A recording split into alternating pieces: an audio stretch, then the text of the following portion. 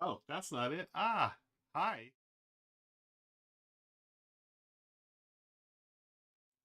I just spoiled the first game on my list. Hi, friends.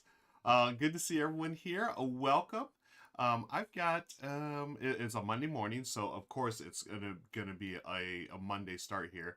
I've got what does it say here? Ooh, cool. The my little ad thing is working, supposedly. I don't know. Can I change the font or the color here?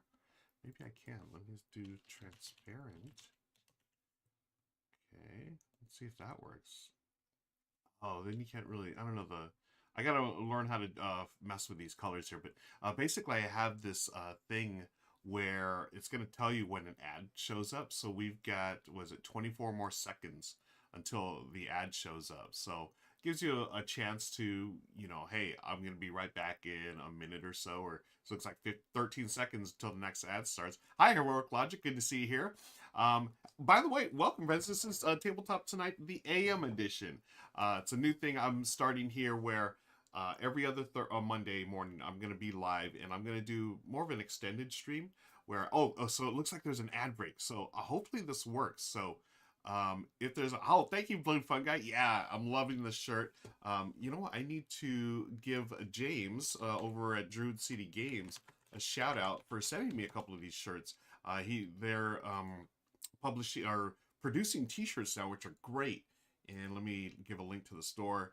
It's got the Druid City logo. They've got stuff like this with the game designers. I love it, and they're super comfortable. And there's the link right there if you're interested in getting one of these shirts. So I wonder. So does the ad say? Um, Let me see. Let me do translucent again. Translucent. By the way, how is everyone? I'm sort of just hanging out here. Ad starting soon. Okay, so we're back from the ad. I can snooze it if I want, but we're just going to let the ads roll.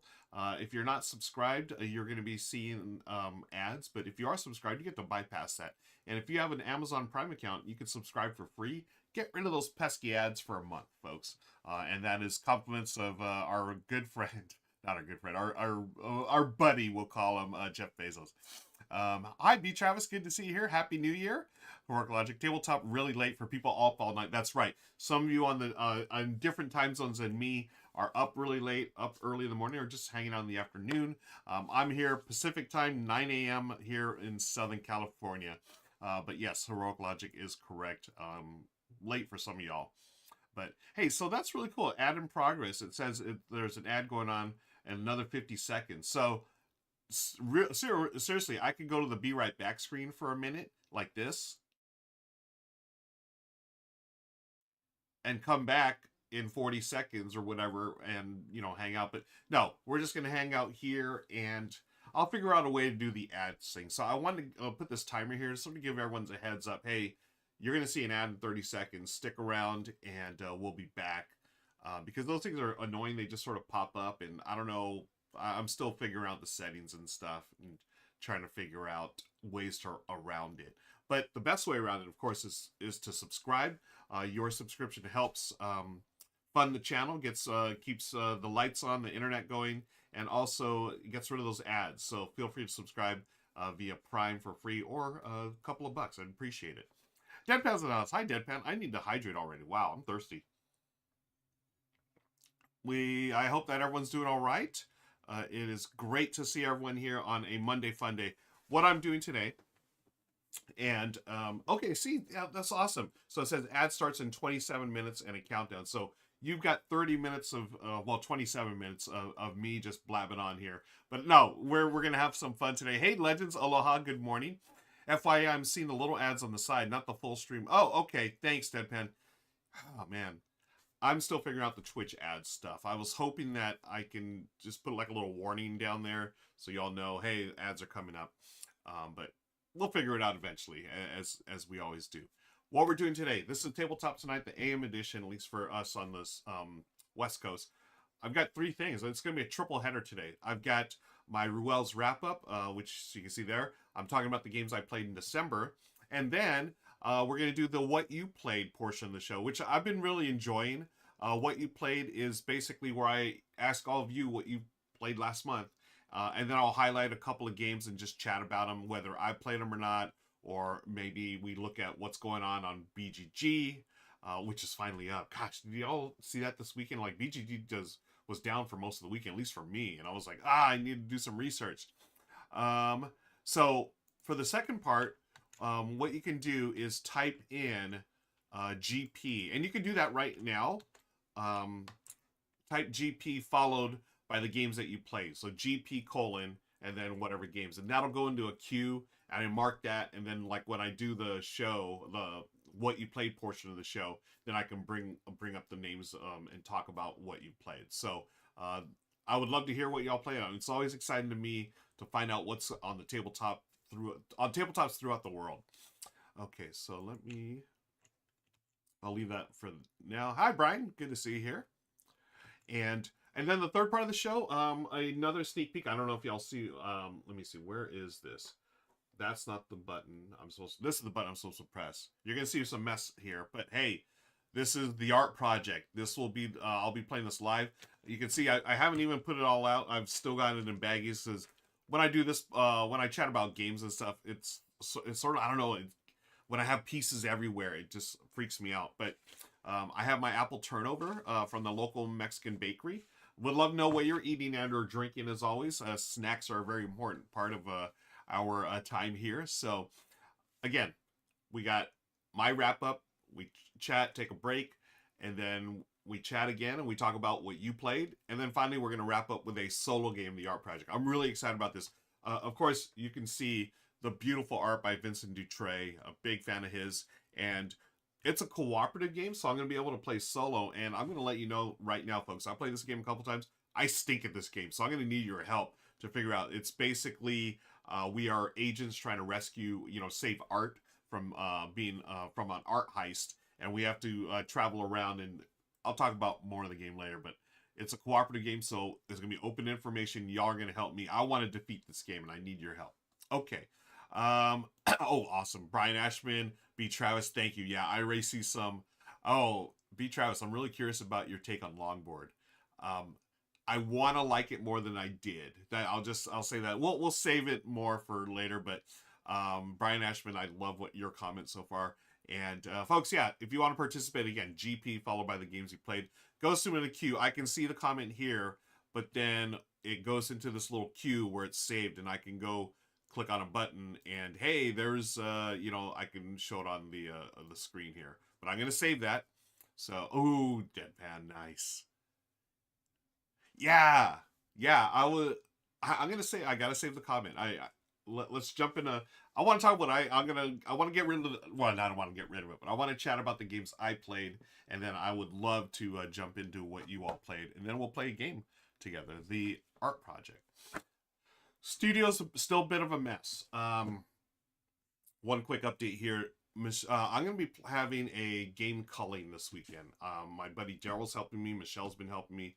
My goal is to sell 250 games out of this collection. Now, there's a bunch out in the living room and in the hallway. I mean, they're everywhere. And I'm really trying to clean this up. So behind some of these shelves, actually, most of these shelves are still full. But I've been making some tough decisions this weekend, like pulling stuff out. I was like, oh, do I really want to sell this? Some of them, no, I don't want to sell them, but I'm going to because I need the room. And I've literally got, you know how we talk about the shelf of shame and shelf of opportunity? I've got shelves of opportunity. I mean, seriously, I looked at all the games I got, and like, I'm very grateful for all the games I have, but I'm like, oh, I want to play these. I need to play them. So I will be doing that on Friday or Saturday is my big calling, and I've actually sold a few games yesterday, which was great. Sort of like a pre-sale sale. Hey, Timer Lord, good to see you here.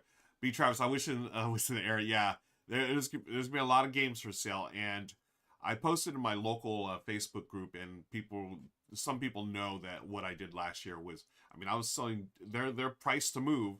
You can get $5 games, you get $10 games. Some of the things I've got a couple of big ticket items that I'm going to be selling off site, but for the most part, a couple hundred games. Gosh, y'all, I'm loving all these games that y'all play. I need to just Oh man, so many good stuff. Hey, Captain Buck Savage, thanks for hanging out.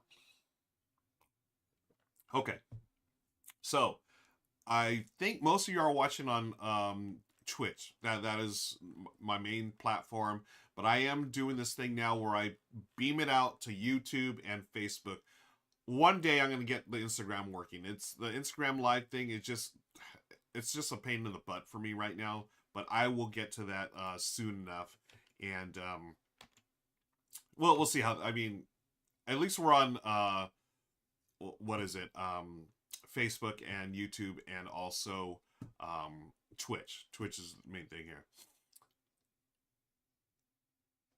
Oh, okay. Brian says, Alex, when Board Game Co. gets rid of games all the time, you should check out his biases for philosophy. Oh, interesting. I'll have to check that out. Oh, BGG. Oh, thank you, Deadpan. Welcome, friends, on BGG. I wasn't sure if we'd be on BGG today, but thank you to the crew, Lincoln and the crew there, for putting us up on BGG. If you're here for the first time, my name is Ruel Gaviola. You may have seen me on the Good Time Society, the Rado Runthrough channel. I do, this is Tabletop Tonight here on Twitch, but it's Tabletop Tonight, the AM edition. So here in the West Coast, Southern California, I'm doing this every other week where I'm going to be talking. Well, today, there's going to be different things that we do every week, but today is really special because I've got three things going on. Number one, I'm going to be talking about the games I played last month, Ruel's wrap-up, as you can see there, for December last month. Had a good month of gaming. And then after that, I take a short break to rehydrate. Again, stay hydrated, folks. Very important. And then I'm going to talk about the games you played. And if you'd like to participate in that, you can type in a GP followed by the games that you played. And then what I do, I'll just open up BGG and we'll talk about, I'll highlight a game or two that you played. So GP, colon, and then type, you can see in the comments before y'all, a bunch of people already participated. So that'll be the second part of the show. Then I take another quick break, and then we go to this here on the tabletop. I will move my snack out of the way when I actually play this, my apple turnover. But we're going to be playing the A.R.T project. This is one of the newest games from the op by Florian Seru and apologize if I've mangled the name, but Benoit Turpin, and art by Vincent Dutray. Benoit Turpin, I believe. If you recognize that name, the designer of Welcome to, one of my all-time favorite roll and writes. Super excited about that. He also did a recent tile-laying game called, what was that name of the game? Prehistories. And Vincent Dutray, I don't know if you know his art, but I mean, here's a great example of it. Wonderful artist, big fan. I will be setting this up for the third part of the show, but for now, we'll be doing the Ruel's wrap-up portion of the show. Let me get this back up here.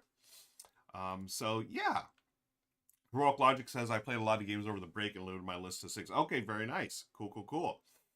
Gosh, there's a lot of stuff. Captain Buck Savage, Heroic Logic, Dark Satanica. Thank you for following. Good to see you, friend. Folks, we have ads that are going to start in about 17 minutes. If you're on Twitch, there is a way to get rid of ads. And the easiest way to get rid of ads is to subscribe to the channel. And all you have to do is hit the little subscribe button. You can do it for a couple of bucks. Oh, here's my pug, Mookie. Hey, Mookie, you want to say hi to everyone? Up, buddy. You want to say hi? No? We have two pugs named Mookie and Meeple. Meeple is in the other room sleeping. Mookie just showed up. I think he's just going to chill with me. He may make an appearance, depending. Anyways, get rid of those ads by subscribing to the channel. And you can subscribe for free if you have an Amazon or Prime account. All of the support, I really appreciate it. And it goes towards keeping the bills paid and the lights on, the internet going. Okay, so I'm going to hydrate one more time. Hey, the off games in the house. Good to see you here. Thank you for joining us. Yeah. Oh, Legends just bought the art project too. Very nice, Legends. Yeah, Legends, one of our regulars here, folks. Legend says, just got Art Project last night, hoping to play it on Tuesday and Thursday at my 2 game nights. I love that Legends has not one, but 2 game nights. That's the goal. That's life goals right there, folks. Love it. Okay, yeah. So we're going to do that in the third part of the show. And so I'm going to talk about the games I played last month. Why don't we get that going right now? I'm going to turn off the ad timer. You got 15 minutes to the next ad. Let me get this scene ready. I'm going to give you all a little spoiler of what's coming up right here. This is what's going on. Look at this. And, oh, no, that's the wrong one. No. Wrong scene. See, this is why you all get to see the making of the sausage here. Because that was the wrong scene. And I need to go to this scene over here. Don't you just love seeing all this? I don't know if y'all do, but let's try this button. Hey, that button works. No, it doesn't. Look what happened to that. Oh my gosh. That is not the right scene. Wow. I'm glad that we're doing this right now because I need to fix something. Again, this is the most professionally run stream out there on Twitch, folks, and Facebook and YouTube. Thank you for joining me. I'm going to place this one here. Y'all can't see what I'm doing, but okay, trust me, this is going to work. If I press this button, yes, look, I've got my first game up there, and we are going to be talking about what we play. So what I do a quick YouTube intro. I'm still hanging out with y'all here on Facebook, Twitch, and YouTube, but I'm going to do this YouTube intro for later when I edit the videos, so I don't have to like record it another time and try to splice it in, because I'm not a big fan of editing.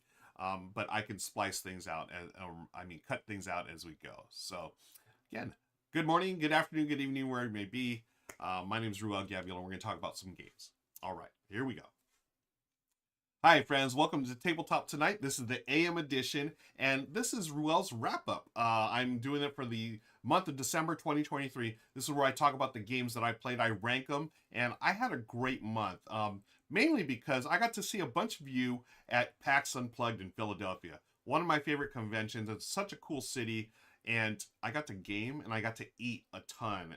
So I might have to do a video just about the stuff I ate out there, because I love the Reading Terminal Market and I love playing games, and we're going to jump right into it.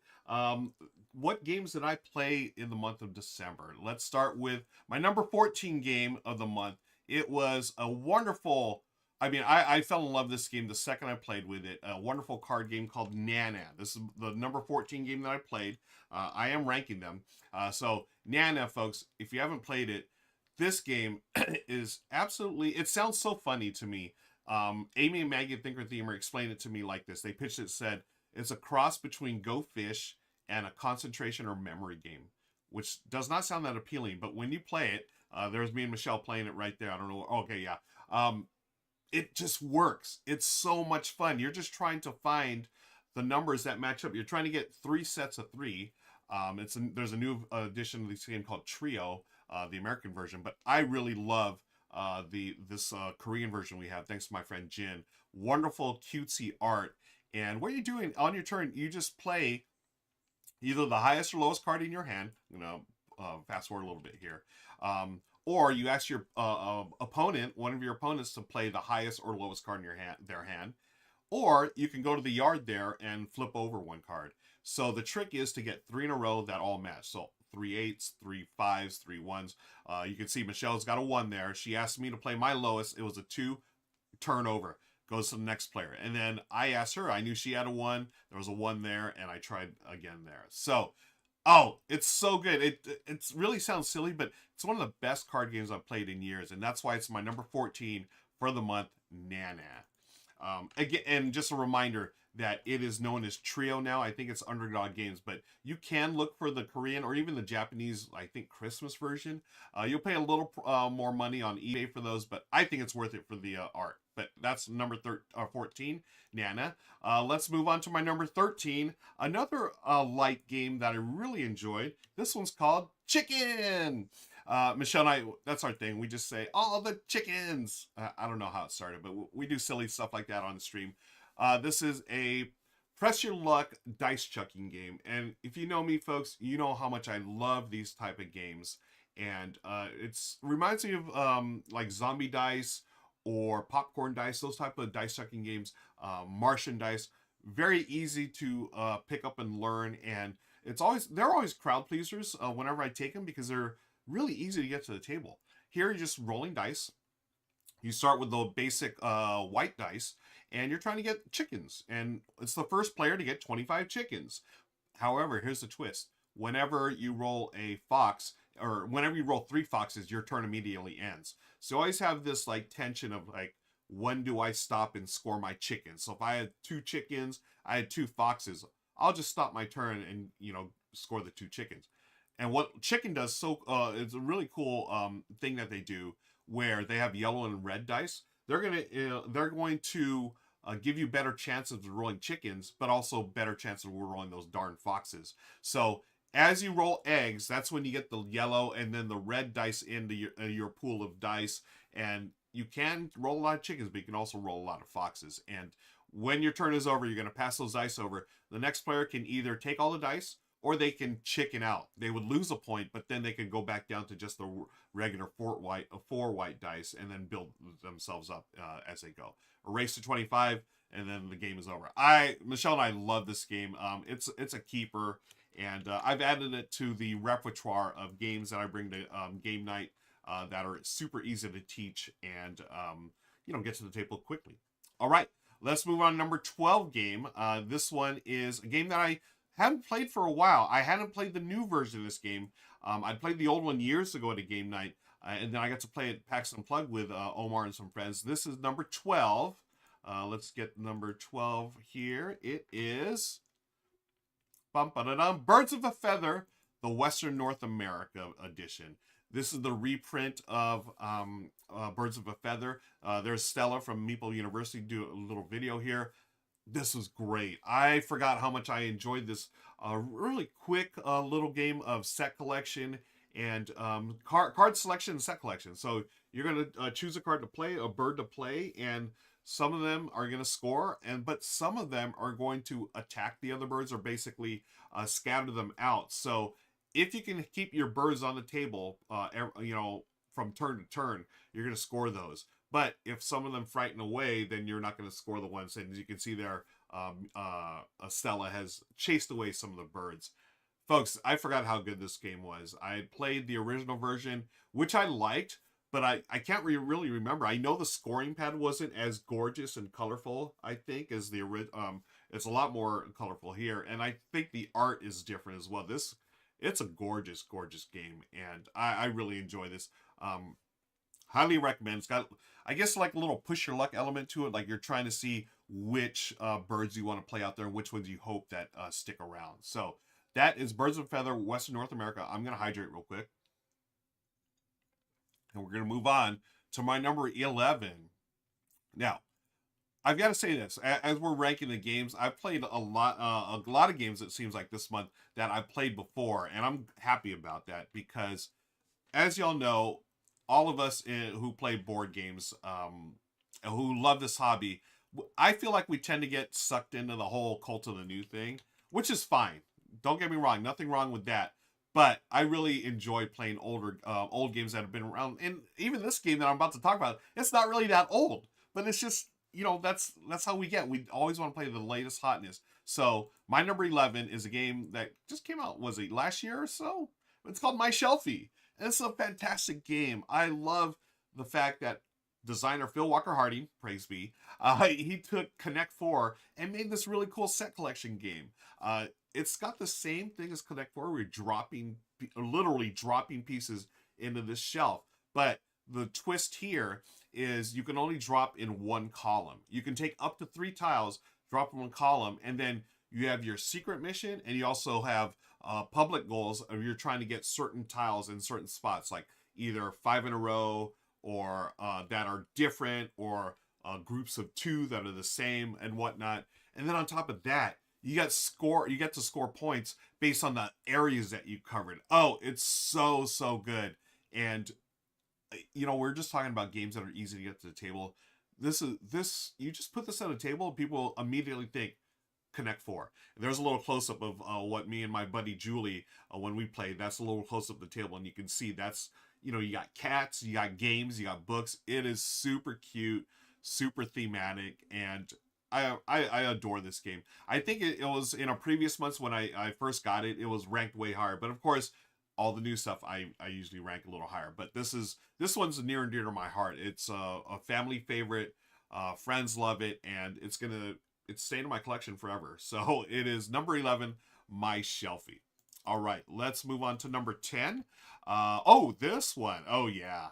This is basically like a redo of a game that was a huge hit with my friends and family.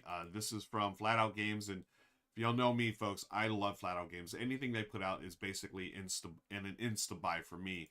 And this is number 10, Point City. This is the redo, basically, of Point Salad, a wonderful set collection game and card drafting. But Point City takes that formula and makes everything about it better. I like to call this almost like a gateway style, Splendor style game where you're just grabbing cards and eventually doing some light engine building. You get resources; those resources buy you buildings, and some of those buildings will give you points. But some will give you ongoing resources. So it's like getting a discount. So if I build a certain building in the start, that may give me a discount for later in the game when the buildings are worth more points. And just like Point Salad, it's brilliant. You take 2 cards into your hand and then you use those cards to either build a building or whatnot. And what's neat is as you pull the cards out, they're double-sided. One side has a resource, one side has a building. And anytime you take 2 cards, you're going to replace those depending on what you've taken. So if I took a resource, a new building comes up. Or if I take a building, I flip over the card and a new resource comes up. Wonderful. And you have different end game scoring goals. It's an awesome game. If you like Point Salad, you're going to love Point City. A lot of people I know have moved on from Point Salad. I'm keeping mine because I feel like it's easier for new gamers to get into Point Salad. It's really simple, but it's brilliant. Point City, you can still introduce it to new gamers, but I feel like Point Salad is the entry point, and this is like, hey, if you like Point Salad, you're going to love Point City. So that's my number 10 of the month, Point City. Let's move on to number 9. I got to play this one at PAX Unplugged, and this was a new one to me, and one of my Discord members introduced me to this game. And folks, if you haven't already, click on the links below to join the Discord. We have a lot of fun times there doing nerdy and non-nerdy stuff, especially gaming. But number 9, I want to shout out to Discord for introducing me to Bad Company. And this is Rado playing through on his channel, Bad Company. I don't know if there's a solo mode, but maybe he's doing maybe it is a solo game that he's playing. I'm not really sure, but we are baddies, basically trying to get away from the cops. We've done bad stuff, and we're collecting items to complete missions and basically outrun the cops. I really like that there's this thing going on where our car's on the track, that upper right board there, and as you move along, there's a cop car that follows you, and if they get close to you, I mean, they don't catch you, but basically you can't do stuff. It blocks you from doing collecting the more rewards and stuff. A lot of fun, and you'll see there the play like Rado's playing the Sneaky 11. There's a bunch of those that are there, and they all have different abilities and whatnot and ways to collect resources. Very fun game. I really enjoyed this one, and I want to thank Sea-Otter, our buddy Sea-Otter from our Discord community, for introducing and teaching the game. He brought his copy, and we had a lot of fun with this one. Okay, hydration break over. Let's move on.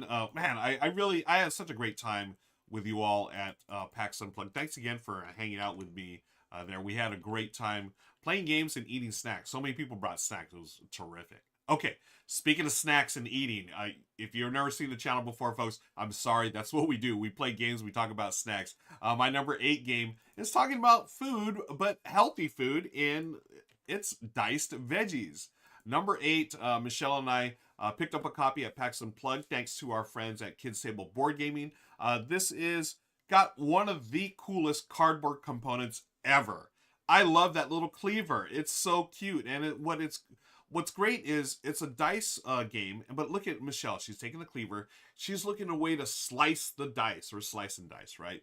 But the dice, they're all different colors. You're just trying to complete recipes using, like, say, okay, there's Michelle. Looks like she got an onion. She got a tomato, and I think she got a pepper. I don't know what she got, but all the different colors represent different veggies. And you slice them from that block of dice. Now, here's the cool thing about it. You can only slice if their sum is 10 or lower. So there's a little math. So sometimes you'll have a block that you really want those dice, but they go over 10, so you can't take them. and you can only slice like, you know, from the edges out. You can't like go to the middle and try to pop one out. No. So as you get them, you're going to complete recipe cards, and then you also have hype cards. The hype cards are basically extra points if you can do certain things. Like the recipe cards are straightforward. This one, like my spaghetti, requires a pepper, 2 tomatoes, and an onion. So you need 4 dice. Easy peasy, right?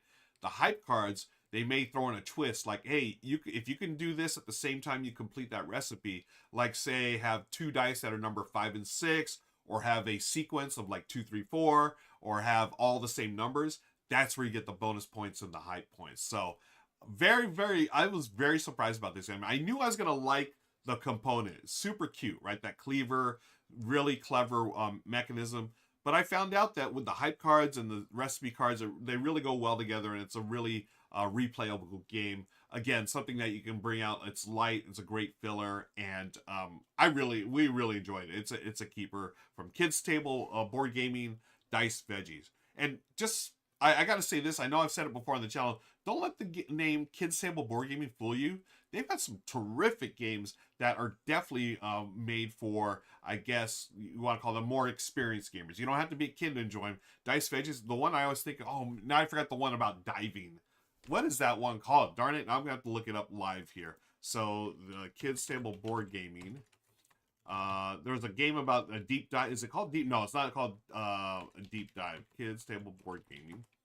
I really loved it. It reminded me of almost like a Steffenfeld, what is it called? Steffenfeld point salad. But it's not point salad. It's Wreck Raiders. Wreck Raiders. Wreck Raiders are fantastic. They also did Creature Comforts. Folks, do not sleep on Kids Table Board Game. They're fantastic. Okay, so that's Dice Veggies, my number 8. Let's go on to my number 7 game of the month. This the latest in a ongoing franchise of games.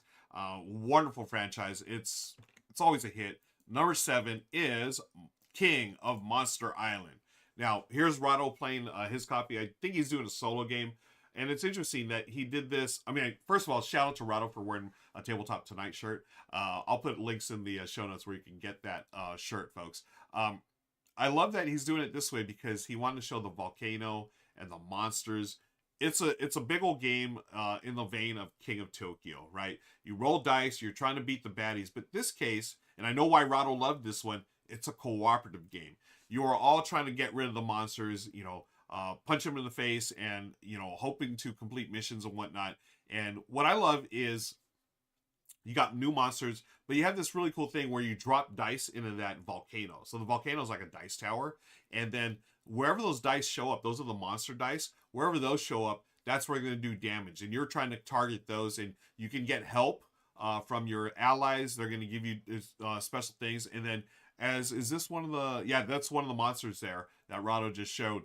Those monsters, they get stronger as the game goes on. And I really like that evolution of monsters. It really takes a lot of the cool things in King of Tokyo, King of New York, is it King of New York? Yeah, the one where they go to New York.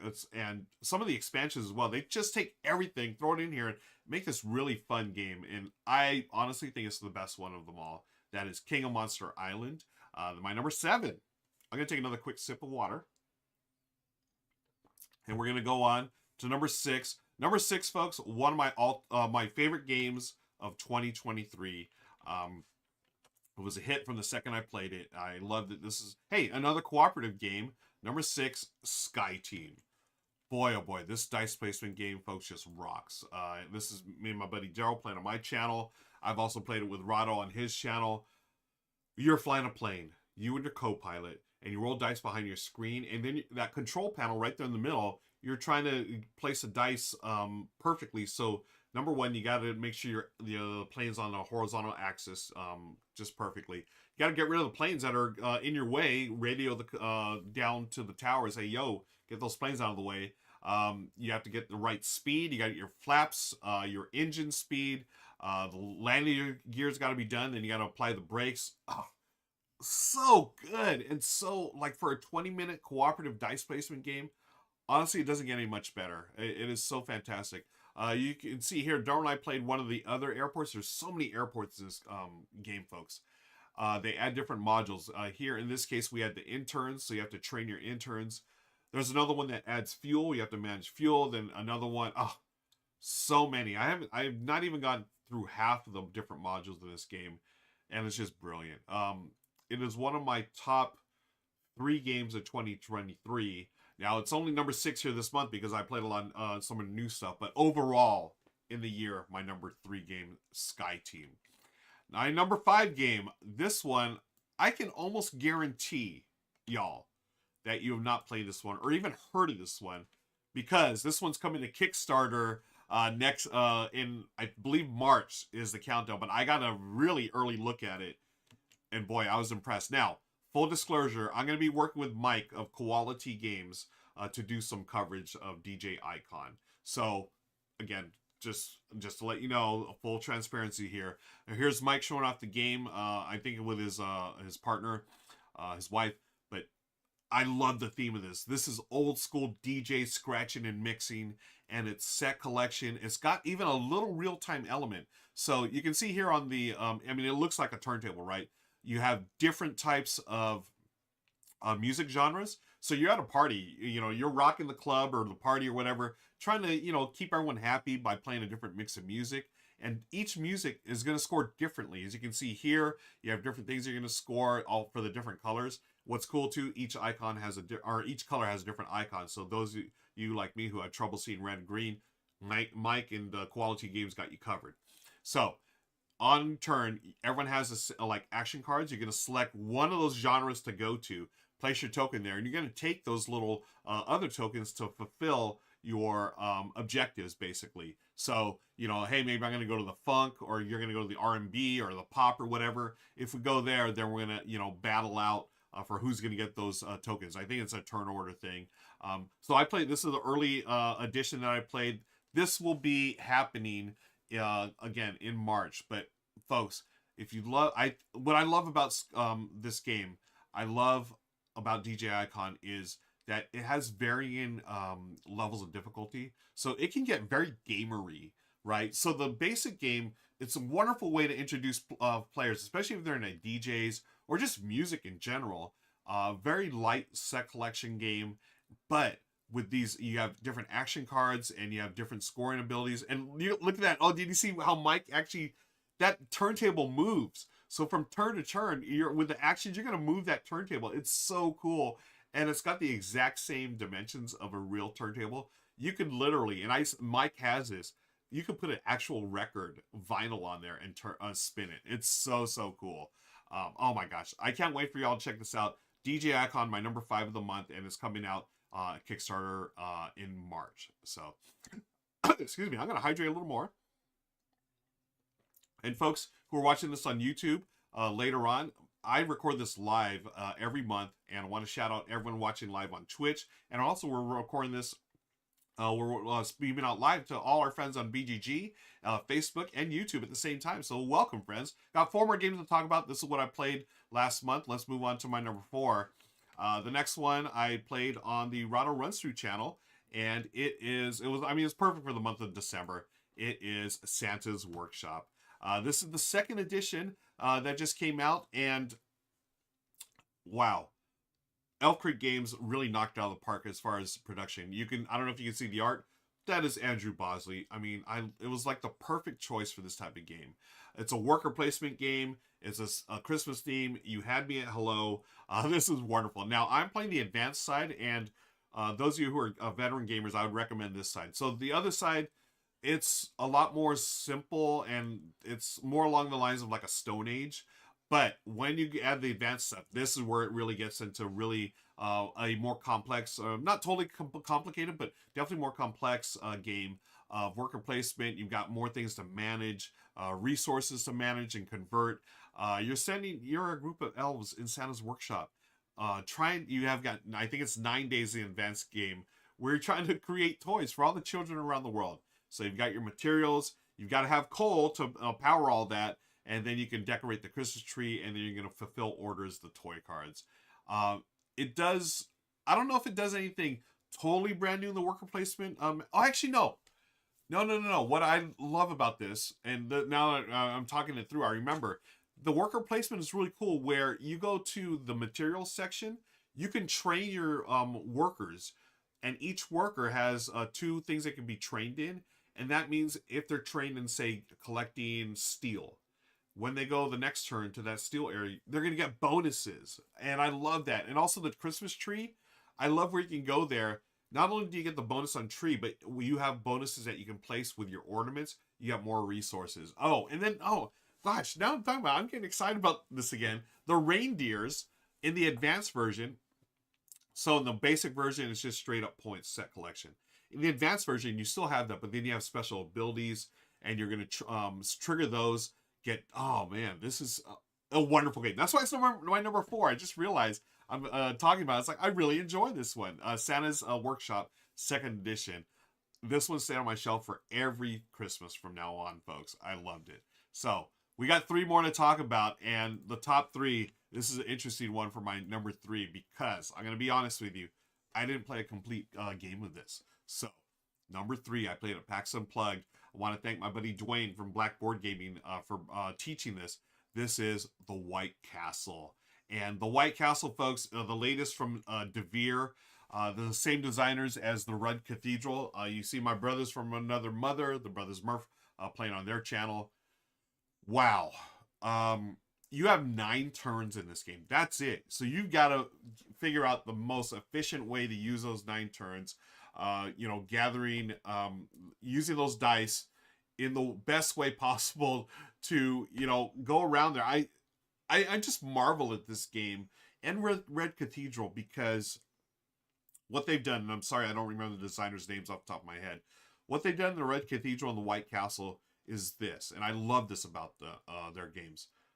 Each one is like that classic Euro-style gaming, but in like a fraction of the time. Like I could see this game years ago taking like 2 hours, 2.5. No, they've distilled it, streamlined it down. You can knock this out in an hour and a half. Red Cathedral you can play in an hour. This one, I'm sure you can. I haven't played again. I got to play a very abridged version of this because I think I was going to a meeting or something. But Dwayne taught me, and within like I took like a full turn. I was like, oh my gosh, there's only 8 turns left in this game, and I've got things to do. I've got to get to this spot on the board, and so good. So I have a copy of this. I will be playing the solo game eventually on my channel here, but trust me, I mean, for me to play one like full turn of this and think that highly of it, I think it speaks to the quality of the game. It's made a lot of people's top of the year, and I can see why. But for now, it's number 3 on my list. The White Castle. I was thinking Christmas, the White Elephant. Y'all do White Elephant gifts? Oh my gosh. Okay, another sip. Stay hydrated, folks. Even if you're watching this, if you're not watching this live on video, you gotta stay hydrated, right? Okay, let's go to number 2. It's a game I played a lot of, and I was very happy to play a 6-player game of this at PAX Unplugged. I played 8 players online, but I still want to play 8 players in real. Oh wait, no, I did play 8 real. Okay, backing up. Let's see. Number 2 is a wonderful game called Challengers. I got to play an 8-player game of this recently with actually the brothers Murph, Paula Deming, Michelle, and a bunch of friends, and we played. It's the perfect game that you can play tournament style. So it really captures the feel of a tournament, right? So you can see I'm just playing the solo game. You can totally play this solo. They've got this really cool AI deck. But there are 4 of these different player mats. And it's a 1v1 game. And it's basically the classic card game War, but with deck building into it, with special abilities.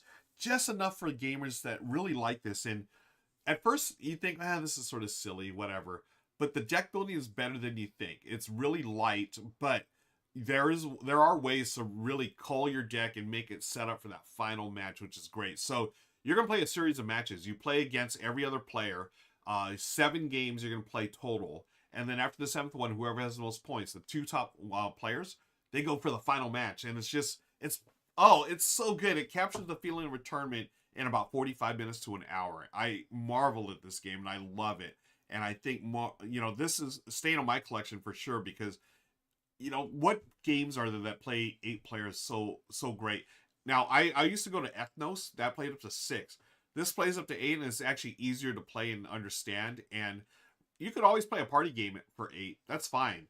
But if you want something with just a little more meat on its bones and actually some strategy, and just the fun of like playing a tournament. Like, oh, we had so much. There's always like those moments, like everyone's cheering or yelling, it's like or booing or whatever. And once you get to the final one, it's really cool to see. So that's why it's my number 2. I've loved it from the get go. This was actually my solo run through for Rado's channel, but it is Challengers, folks. Definitely check it out if you haven't. Okay, I've got one more game to talk about here on Ruel's wrap up. These are the games I played in December, and this is the game that I actually ended my 2023 year with. Michelle and I played it for the Tabletop Live Network, and I loved it. This game I felt like flew under everyone's radar for 2023. It's one of my favorite games of 2023. It is Rebuilding Seattle. Oh my goodness. Tile laying, an economic management game. It's got this really cool theme of, hey, after the Great Fire of 1889, Seattle was burned down. You and your opponents are city planners trying to rebuild the city through tile placement and also managing resources. Folks, money is tight in this game. You've got to figure out a way to get money so you can build buildings in your neighborhood. And you've got polyominoes. There are, the polyomino stuff isn't really tough in this game. And you do have to have enough room to place your buildings. And you want the certain buildings to score because you're going to get more money for them. You got some different phases where you're going to, generate income. But, oh, man, this game is fantastic. Rado had really hyped it up, and I was like, okay, it looks cool. Yeah, another tile layer. No, this is a tile layer with meat on its bones. As I said earlier, if you want games that have meat on its bones, this is one of them. I'd call this like a midweight game where you have 3 rounds to get as many points as possible. There are different ways to score depending on which buildings you go for. And what's really neat is to generate that income, you're going to have to get, you're going to have to build up your neighborhood with amenities, right? So as the population grows, you have different amenities, and then those amenities, depending on the quality of them, will generate points, income, or both. And what's really neat is I've won games and I've lost games where I've gone heavy on a track, I've gone light on another track, I've gone heavy on 2 tracks, and it's really, I feel like all the games I played are close. And it's so good. I really, I don't know why this flew under the radar. Maybe people are like burned out on the tile lane thing, or just maybe it was a theme, but I loved it. I think it's a brilliant game, and it was my number 1 game of the month, Rebuilding Seattle. And it's going to be my number 1. It's going to be one of my favorite games of the year as well, folks. I think Rebuilding Seattle is just brilliant, and I'm looking forward to solo playing it. And I think it plays up to 5.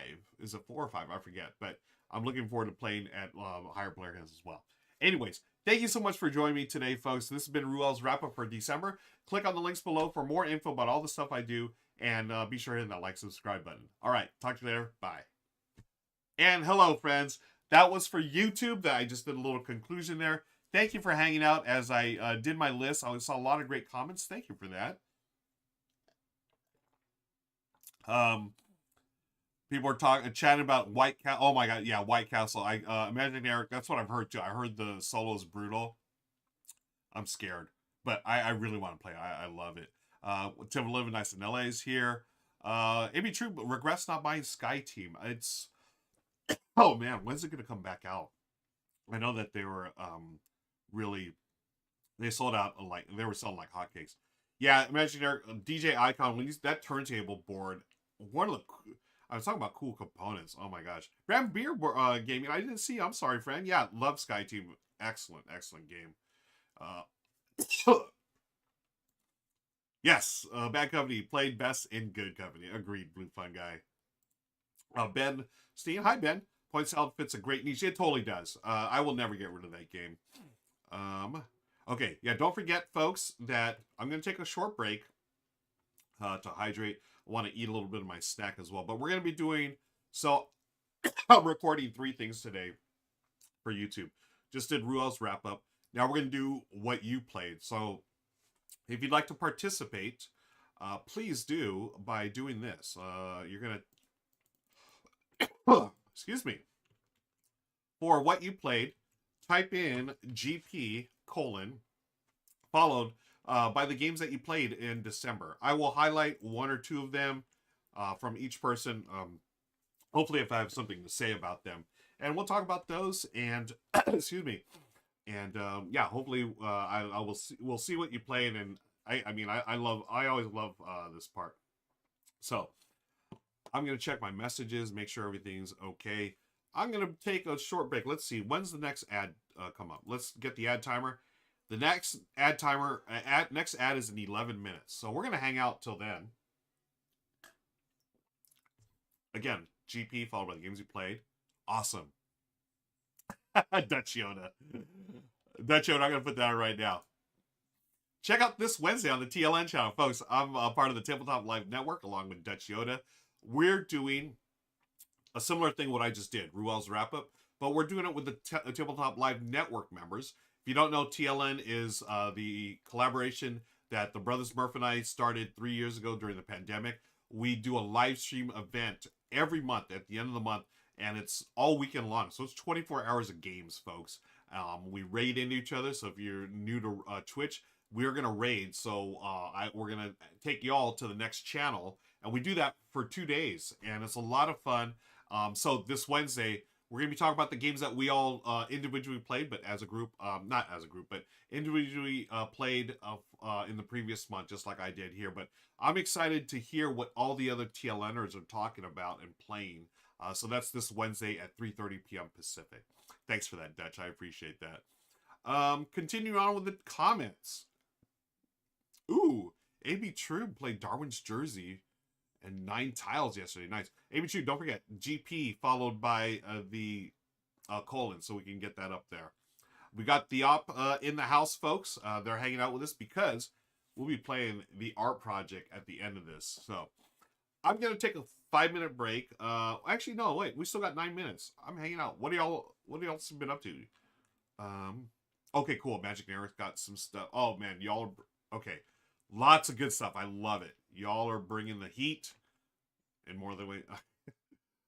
I was thinking of the Heat because of the game Heat. I just played it solo. Oh man, that's another game I really enjoyed, but I stink at that game. I'm not I'm not that great at the game, but hopefully that'll change soon. Okay, let me get this thing here ready.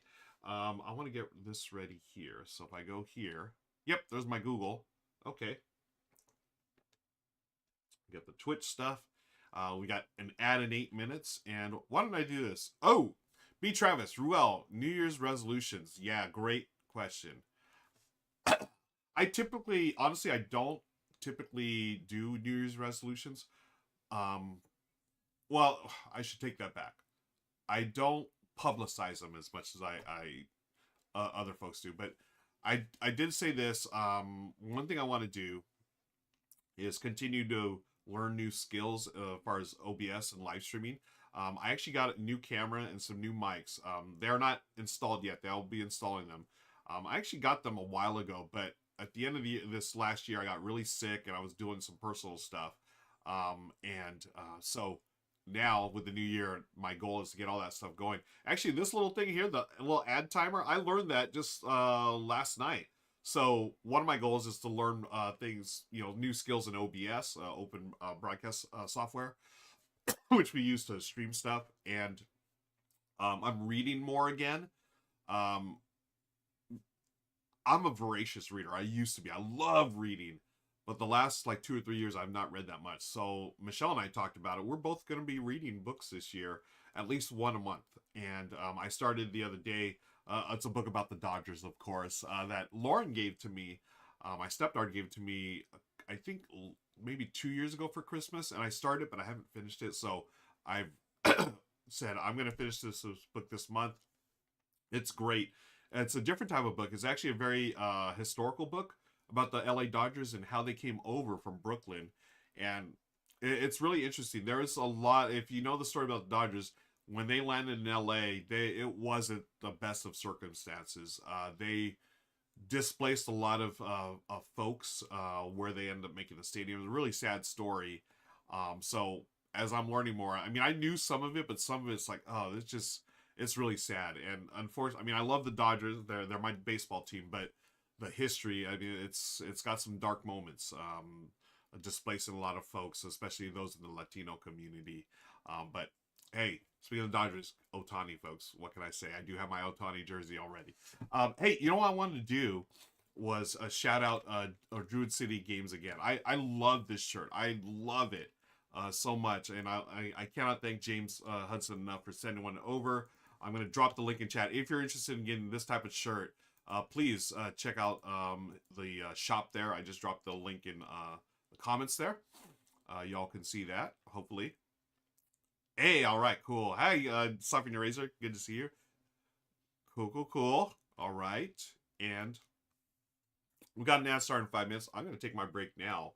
And then by the time my break is done and the next ad is done, we'll be back live here. So thanks again for sticking around, folks. I appreciate y'all. Hello to everyone hanging out for the first time. I appreciate you. And what I'm going to do next is what you played. So the games that you played last month, we're going to talk about them for a few minutes. And then we're going to be playing some art project. Okay, BRB, as the kids say. I'll be right back.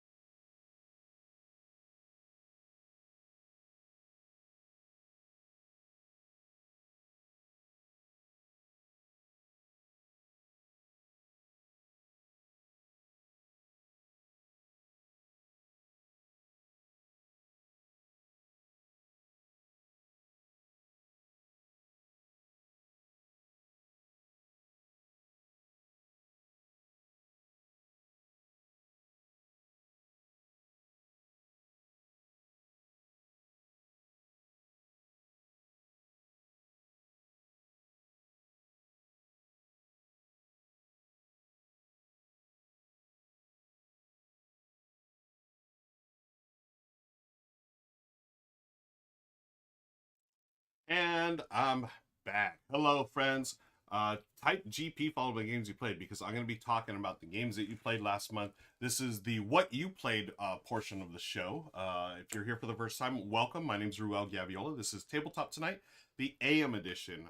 I'm in Southern California. It is 10 a.m. on the dot. And but good morning, good afternoon, good evening, where it may be. Thanks again for hanging out. We just did my wrap up where I talked about the games I played. Now we're going to talk about the games that you played. Then after that, we'll take another quick break, and then we're going to play some art project. from the up. This box is gorgeous. Vincent Dutray, folks, big fan. All right, here we go. I'm going to do a quick YouTube intro. Oh, by the way, I took a little bite of my apple turnover. I don't know what y'all are eating. This is really good. I'm trying not to get too stuffed. I did have breakfast, but this is a little snack. I'm trying not to totally overindulge. So I'm taking one bite just to get me through, and then I'll eat something for lunch. Lunch is 2 hours away still, but I don't know. Well, maybe I'll have this. We'll see. Okay, so what we're doing is what you played, games for December 2023. I do a quick introduction for YouTube, which so I don't have to splice things in. And, oh, hey, Rolling Reggie's here. Nice. We're going to talk about what Rolling Reggie played in just a second. Oh, Deadpan question. If you want to take a break, could you force an ad break to reset the timer? Maybe, I don't know. It's a great question. Is there an ad right now, or is it's starting in, ad starts in 30 seconds. Okay. So we'll wait till after the ad. Folks, Twitch, they, in order for us to make money, we got to roll these ads. If you don't like ads, best way to get rid of them is to subscribe. You can subscribe for free if you have an Amazon Prime account. We appreciate all the support, of course. So thank you for that. Hey, thank you, Rolling Reggie. Appreciate you. Folks, see, you get the cool star like Reggie did for subscribing. Much appreciated. Reggie, you're the best, man. I hope everyone's having a great new year. We are, 8 days into it, and knock on wood, had a great year so far. We will continue playing games as we do, and if you don't already, please, I'm gonna drop this into chat. If you're not already part of my Discord, come on over, hang out with us. We have a great time in our Discord. There should be a link there. Is there a link that showed up? I don't know. Maybe someone can drop in the Discord command. There it is. Join the Fam Bam. We talk about nerdy, non-nerdy stuff. A lot of game chat. We have a solo challenge every month put on by our friends Legends DM and James Brazil. This month's challenge is... I should have had the game here. But anyways, it's Dungeons, Dice, and Danger. Wait, maybe I do. No, I don't. Is it here? No, it's not. Yes, it is. Woo! I was just about to do a Rodney Smith flip, but I realized no, he probably does it without the game components here, and I don't have it all exploding over here. Dungeons, Dice, and Danger. This is the roll and write game by Richard Garfield, and there are certain parameters that we use for our solo challenges. If you join the Discord, you can see it there, and Legends and James do a fantastic job. Hey, Indy Bob just followed. Thank you, Indy Bob. So that's going to be our solo challenge for the month. It goes on all month, and we share our scores, take photos, and it's not like a competitive thing. We're not, trying to one-up each other or whatever. It's a friendly, hey, we can solo games, but solo them together. And we've been doing this. This is season 2, so we've done it for a year already. And Legends and James, they truly are legends in our Discord community. Love for you all to join us. Thank you, Softy Razor, for that. Yeah, the box always surprises. This one, right? Yeah, there's a lot of game in this one too. There's a lot of really cool parts of that game, and I'm not going to talk about that because I want y'all to join the Discord and hang out with us and learn more about the solo challenge. All right, one more sip of water and we're going to get going. There is an ad in progress right now, so some of y'all who didn't subscribe on Twitch, you can't hear me right now, see this. Those of you who can see, thank you for your support, and I'm glad you're hanging out. We will get our friends back from the ads in a few seconds. Where is my man? Okay, here's that manager, the activity manager. There it is. MD Bob just followed. Do want to thank our resubscriber, one of my favorite usernames. Hilarious, always cracks me up. Diarrhea Airlines. Also want to thank Playroom Experiment for following, and also Rolling with Reggie. Really appreciate your resubscribing, my friend. Okay, ads. What ads? See, folks, right there. If you subscribe, be like Reggie. You don't have to see no stinking ads, right? All right, here we go. Let me turn this off. Boom. Turn that off. And hi, Corthane. Good to see you. All right, so I'll do the quick YouTube intro, and then we're going to talk about the games you played. Let me get this screen set up. Yep. All right. All right. Here we go. Hi, friends. Welcome to Tabletop Tonight. This is the AM edition, recording this live here on Twitch, and we're beaming it out to YouTube and Facebook. And if you're watching this on YouTube, thank you so much for hanging out with us. This is What You Played December 2023. I do a companion show to this called Ruel's Wrap Up, where I talk and rank the games that I played in December. And this is your chance to tell me what you played, and then I'm gonna chat about it, and we're gonna see what's happening. This is done with a live studio audience, the studio being the internet. And we got a lot of great comments and people hanging out with us today. So let's get to it. The first game, so I'm going to go to this scene here. We're going to open up Board Game Geek, because that is where we go to find out all about the games. And we have a bunch of great comments here with our friends. We've got, the first one is our friend Deadpan. What they played this month, one of the games that they played was Moonrakers. Nice. First play. Amazing production quality. Not generally a fan of negotiation, but it's not too bad. We need to tighten up the process as a group. Yeah, Moonrakers, folks. It's full disclosure. I did some content for them, Ivy Studios, a couple of years ago. I'm the same way, Deadpan. I didn't think I'd like this game, honestly, just because of the negotiation aspect of it. I love the deck building, but oh my gosh, the negotiating part of it, I wouldn't say it's like a huge part of the game, but it's a really cool part of the game where, you know, you're trying to get victory points. It's a race, but you can offer up things that you get, because there's not all the missions you're going to get for points. You can't do them by yourself. You will need help. So it's a really fun part of it that I didn't expect to like as much as I did. And it's a credit to Ivy Studios how well they've managed to put this game together. You'll recognize, if you're a deck building fan, a lot of things here. You know, you got your different icons. You're gonna manage a currency, and then you're trying to complete missions. And if you haven't played the expansions yet, anyone, Deadpan or anyone, highly recommend it, because you actually go out to different parts of like the galaxy, and there's really adds some nice complexity without like bogging the game down. Again, I did, full disclosure, I did some content for them. The expansions I played with the Good Time Society, and it was so good. It made me really appreciate the game a lot more with those new expansions. And production quality, Ivy Studios, folks, if you have not played this one, or Mythic Mischief, or Veiled Fate, look at those games. And they talk about top-notch quality. Oh my goodness, so good. Thanks for that, Deadpan. Let's move on. Again, I'm taking comments live, folks, here as we do this.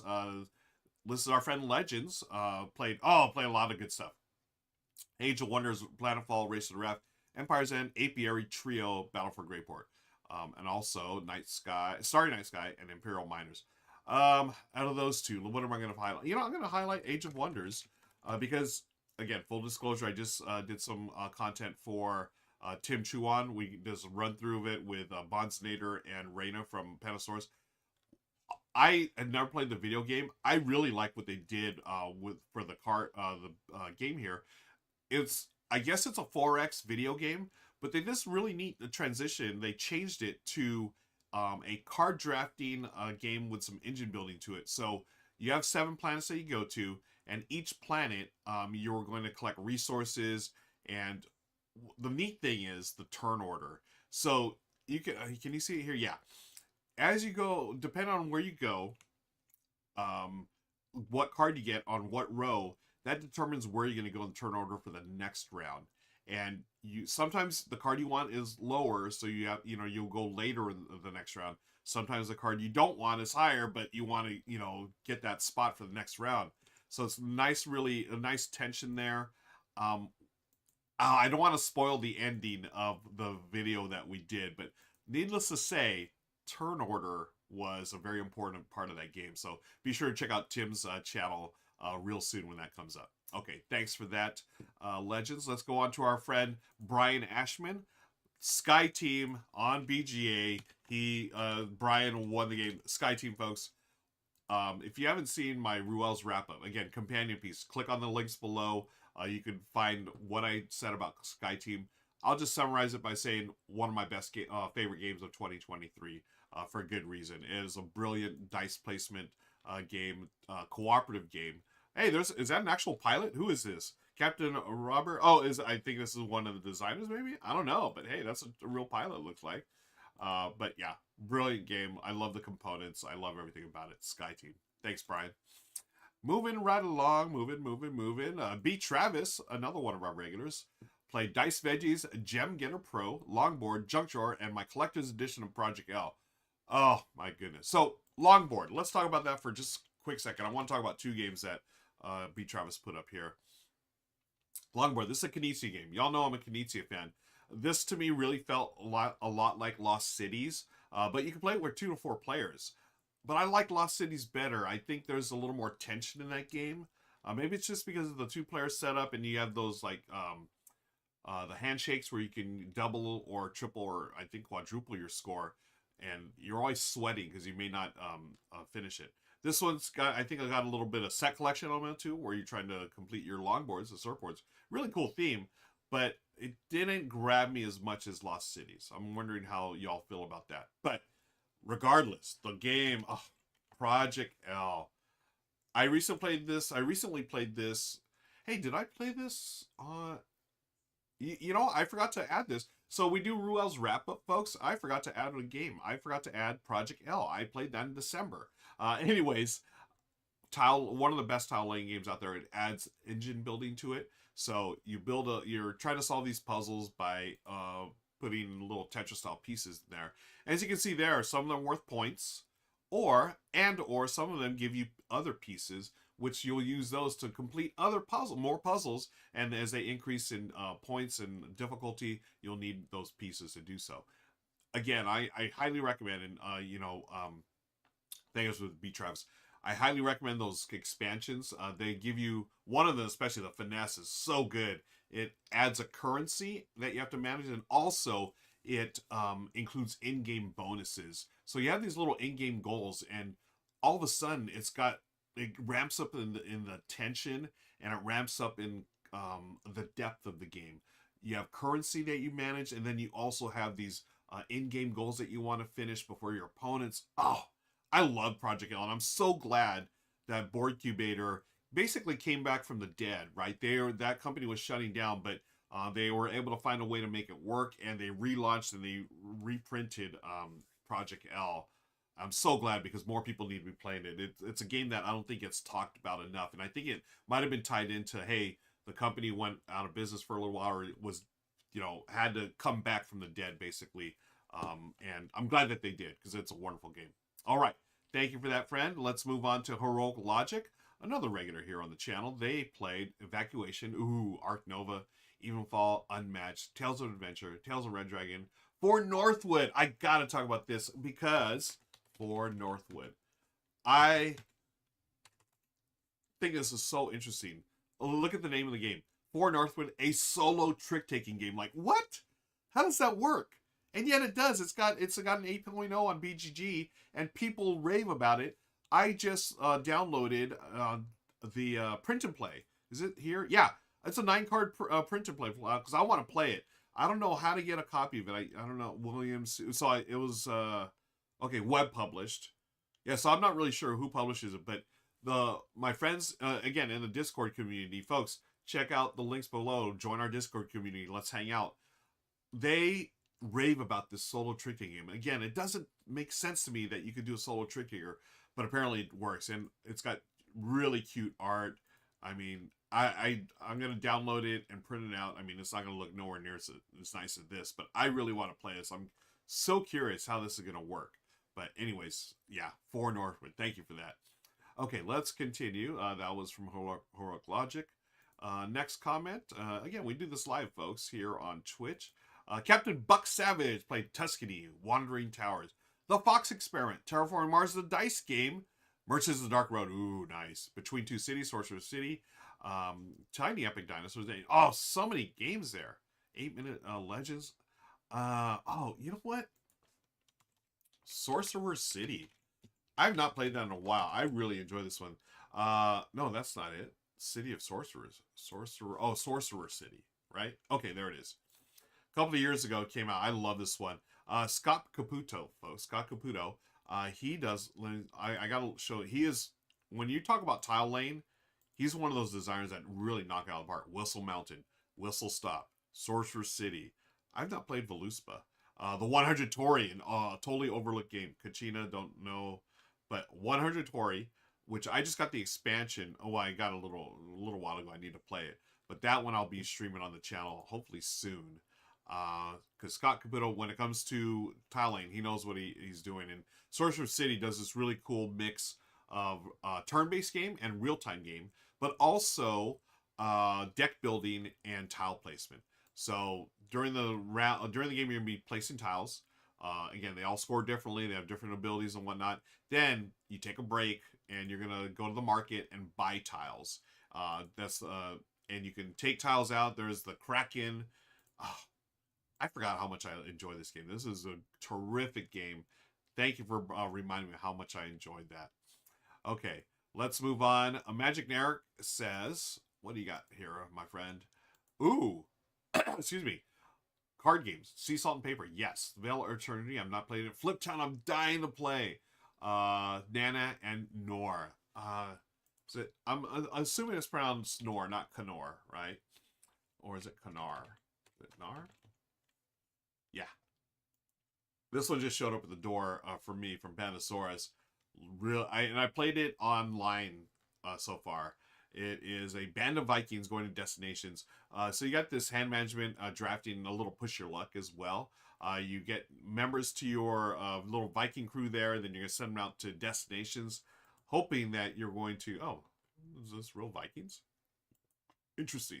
You never know where you're going to find on the photo section of PGG, folks. Yeah. So hand management, I think it's a pretty quick game, real life. I was playing turn-based online. Oh, that's a nice photo. Wow, very nice. Wow, even the Komodo. Man, these are great photos. Who did it? Erwin Haskell. Well done. Well done, Erwan or Irvan. Not sure. Yeah. So you increase your reputation, gain more wealth. So on your turn, place a new member, activate events. And then you get to get another one from the available color matching the matching color of the shuffleboard, or explore new destinations with opportunity to trade with those places. I played on BGA just to sort of get a feel for it. I'll be playing it online here on the channel soon, so stick around for that, folks. And let's move on here. What else have y'all played? Moving on here. Next comment. Sovereign Rangers played Bruges. I've not played Bruges yet. I need to play that game. My gosh. Why have not played that? This is a classic. 2013. Oh my gosh. Yeah, it's way older. Re-implemented by Hamburg. This is a Stefan Feld game. You like Stefan Feld. A lot of fans of Stefan Feld here in the channel. Card game, city building, economic. I've not played this. I've only heard great things about it. I need to add this to my list. Re-implemented by Hamburg. Was this? Yeah, this is the Queen's game where they re-implement a lot of his the City series, right? So looking forward to that. Okay, thank you for that, Sovereign Razor. Sovereign Razor is our community manager here on the channel. Seabass, what you got for me, my friend? Furnace, Clask, in spots. Oh my gosh. I've got a shout out. Let me go to YouTube for this. YouTube, Furnace, Silver Metal Tavern. I was able to go to Matt, Silver Metal Tavern. He is a board game streamer on Twitch. But I got to go to his place, and we played with the Interbellum expansion. Oh, I feel like this really ramps up the game. It was wonderful. I got to play with Matt, and look, I got to wear a hat. I bought that hat specifically for the stream that we did. Got to hang out with Paula Deming and also Shay Parker, and we had a great time with this. And the what Furnace Interbellum does, it keeps the core game, right? Which I always love about these type of expansions. You're still playing, you're still bidding on things and trying to develop your city and its engine building, but it really adds these really cool elements such as, I forgot what they're called. Is it managers that have special ongoing abilities or one-time abilities? And then you also have this new bidding mechanism where normally you have the bidding tokens, 1 through 4, but this one, they add one where it's variable. So, and you can see there the little, what were little dials, right? And you can set it depending on how many coal you have. I think it's coal, the resource. So the more you have, the more you can bid. So you can go higher than the standard bids. I really like that. We had a great time with it. And I remember Paula and Shay both said that they liked the base, but they love the expansion. They felt like they needed it. I still like the base game. I think the base game is fun, but yeah, the expansion, especially for veteran board gamers, really takes it to the next level. It is absolutely fantastic. So that is Furnace Interbellum. Moving right along, let's see what else we got. We've got Blue Fun Guy. Highlights for PAX. So many games. Played Burger Brothers in real life at PAX. Recently taught Shifting Stones to a friend. Started learning Encyclopedia. Tons of games on BGA. Nice, nice. I'm a big fan of Board Game Arena too, folks. You can play stuff for free on Board Game Arena. Let's go back to Board Game Geek. We've got Burgle Brothers. Shifting Stones I've played. I have not played Encyclopedia yet. Shifting Stones. I like this one. This is from GameRight. If you're familiar with GameRight, they do these really light gateway games. This one, though, for a light game, it's puzzly. It's puzzly as heck. Let me show y'all. On your turn, so you have your cards here that I'm telling you, secret cards, secret missions. Hey, I've got to place these two in certain spots in order to get 2 points, right? And what you do is, on your turn, you get a certain number of actions to either move stones, like shift them from one place to another, or you can flip them over, because on each tile there are 2 different symbols. So you have, like, I always call this the egg one, the fish one, the boat, and they have this listed on the help sheet. Like, if you flip one over, or if you see one side, you'll know what's on the flip side. And yeah, that's all you do. You can there's 1 pointers all the way up to, I think it's 5 pointers for the really tough ones. But it's so more puzzly than I expected, and I love that. It's a simple game to learn, but it really goes a long way because of the replayability. As far as, like, you don't know what's coming, as far as what cards are coming out, and sometimes you want to get a lot of the little ones scored, but then your opponents might score the big ones, and it does depend. It's very tactical, so things change from round to round. But don't sleep on this one, folks. It's a lot of fun. It's maybe a 20-minute game, but yeah, definitely more of a puzzle than I expected. Very, very cool to see that. Okay, let's move on. Sea Otter. Hey, I got to hang out with Sea Otter at PAX Unplugged. They played Above and Below, Bad Company, Forge War, Heroes of Barcadia, and QE. Hey, folks, if you don't know, please click on the links below for my Ruel's wrap-up. I actually talked about Bad Company and what I thought of it. I'll sum up here by saying it was a fun game. I really enjoyed this. So you're playing baddies and you're trying to outrun the cops, because that's what baddies do. I do want to thank Seattle for teaching the game and bringing the copy of the game. Really fun game of set collection, little push your luck, and trying to outmaneuver the cops. You can see there some resource management as well. Fun game. Thank you, Seattle. Moving right along, who do we got next? We got our friend Corthane, another regular here with the channel. Said we did a lot of kids games this month. Very cool. First Dragon Adventure, upgraded. Oh, nice. Upgraded Candyland. Nice. Happy Salmon, Gasha, Jurassic Parts, Motor City, and Junk Drawer. Oh, I love that I'm an Omni gamer, folks, and I love that Corthane is too, because you can go from Motor City, a heavier roll and write, to Junk Drawer, a lighter tile laying game. I played this on my channel with Michelle, and it's tile laying, really simple, where you're just pulling the polyominoes not from a bag, but there is a thing set up. These are all the different polyominoes. These are the items they represent, but they are different shapes. You have a junk drawer. You have 4 goals that you want to complete, and those 4 goals vary from game to game. Some are easy, some are hard, and those are all the polyominoes. You're going to pull one, so the glue stick, that is that piece right there, the small one. Everyone's going to place a glue piece, but in their choice of 4 sections on their junk drawer. Each one scores differently, which is neat, again, according to the scoring cards. And so not everyone's going to place their pieces the exact same spot. Again, a simple game that I was really impressed by. This is one that's Terrific for new gamers. The theme is super cute. The art is terrific. But the thing is, there's just enough I feel for veteran gamers. Really, really fun tile game. I'm a sucker for tile layers, so you say tile layers, I'm there. So very, very cool game. And I think that's it. Yeah, that's it. Those are the games that you play this month. Thank you so much for hanging out with me. Again, I do a companion piece to this called Ruel's Wrap Up, and you can click on the links below for that. Be sure to hit the like and subscribe button. Until next time, I'll see you later. Bye. And hello, friends, back here on Twitch, YouTube, Facebook, and BGG. Thanks for hanging out. That was the What You Played portion of the show. I'm going to take another quick break to eat some more of the apple turnover, and I'm going to do some setup as well. Maybe you can set it up with me. Art Project from the Op. This is a wonderful new game, cooperative game. So y'all are going to help me play because I've already run through this a couple times. I'm terrible at it.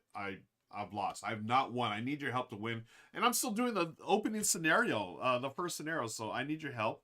Probably in more ways than one. But I'm going to take a short break, and then we'll come right back to it with the Art Project. All right. As the kids say, BRB. What button do I press? I press this button. Be right back.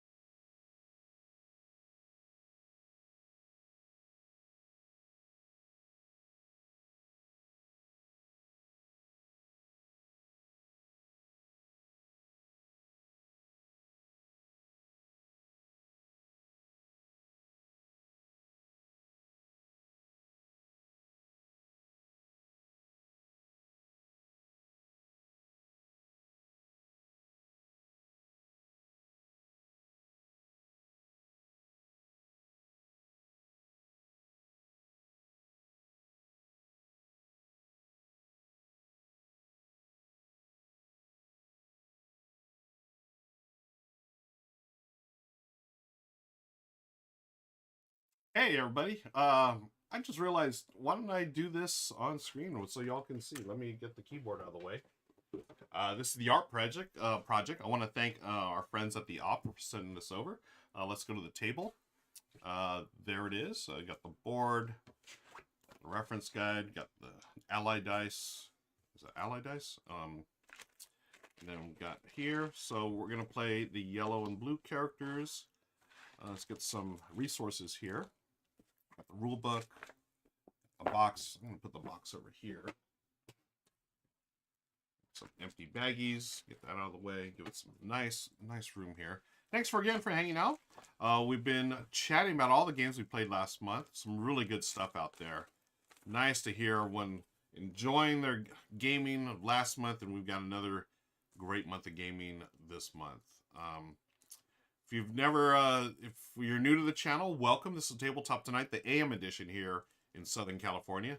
I would say sunny Southern California. I mean, the sun is out, but boy, it's cold. We've got a freeze warning in effect here in my neck of the woods. All right, so we got. I love this. Board game publishers, thank you for always for doing this. I love reference cards, and the bigger the better. All right. See what everyone's up to in chat. What's going on here? Oh, Pillar Angel, hi. Definitely want to try it. Yeah, highly recommend QE. Probably for my money, the best. Excuse me, pure auction game out there. It is so good. Like it's auction with nothing else. It's just. I mean, you could literally bid anything you want, all right? So, such a wild concept, but I love it. Okay, oops. I don't need this die, do I? Yeah, I do. No, I don't. Got those dice. We got the cards. Round reference. So, y'all going to help me out. Let's see, setup. Okay, 2 agent pawns. These are agents, the hands. These are the agents. 2, 4.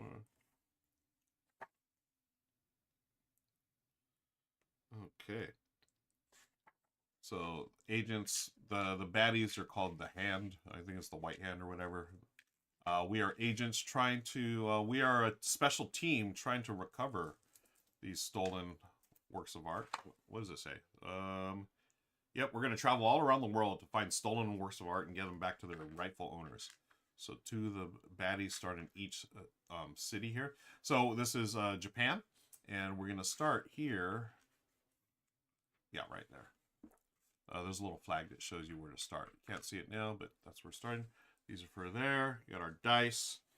And then we got our player pawns and cards. Let's get these cards shuffled up. This is that. So thanks again for hanging out, folks. Talking Taco, hey, I love the name. Talking Taco says, I've been interested in our project, but have not seen how it plays. Look forward to following along. Oh, awesome, cool. And hopefully y'all can help me win, because I'm terrible at this game. But it's fun. I really enjoy it. You know what I like? It's not like you're... I mean, it may look like it at first, like that whole like pandemic style. Hey, once something you hit something, then you're gonna, you know, one go expands to another. It's a little different than that, and you'll see as we play. But it's got the. I mean, it's got. I love dice, and I love rolling dice to resolve combat. Always fun. Some people don't. I like it. Hi, Eva Little. Good to see you. Thanks for joining us. And thank you all, friends, for hanging out today. Hope it's Monday fun day for you all. I've got stuff to run around and do today after this. If you don't know, I am on the Ruel Runthrough show. We do a show called the R&R show every Tuesday, or every other Tuesday on the Ruel Runthrough Twitch channel. Also record for YouTube. We've got a great guest tomorrow. Robert Geislinger from Arcade Wonders will be our guest. And, excuse me, Chris George and Ray from the op, actually, funny enough. And myself and Richard Rodoham. He's gonna we get together. We're gonna talk about our most anticipated games of 2024.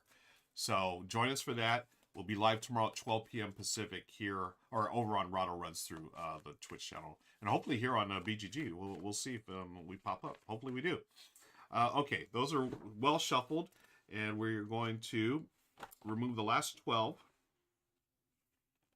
1, 2, 3, 4, 5, 6, 7, 8, 9, 10, 11, 12. Place the little divider here, the end tile, and then we're going to place the cards here. I'll place them right here. Okay, we'll put the health tokens up here, those dice. Okay, we are playing moderate, or should we do easy? Let's do easy. I'm a wimp. No, we're doing moderate. I'm not a wimp.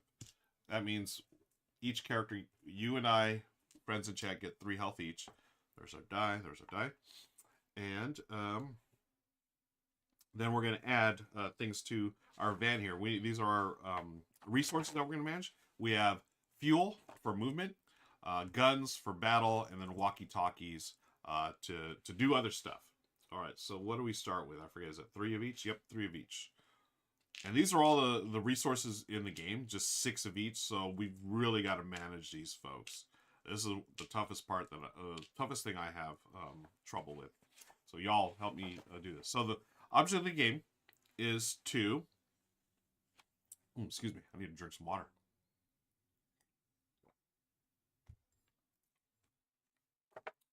Okay, let me make sure. Is it 3? Okay, 3, 3, 3. Yep. And we got the right map. This is the Japan map. So, mission, end of game.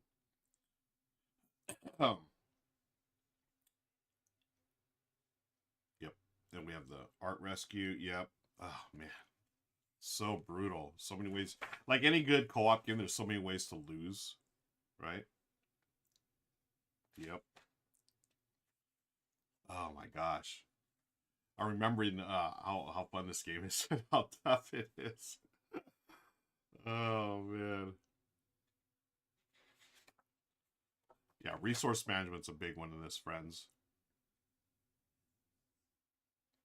Okay, shuffle the mission cards. We've done that. Just making sure I got all the setup stuff. All right.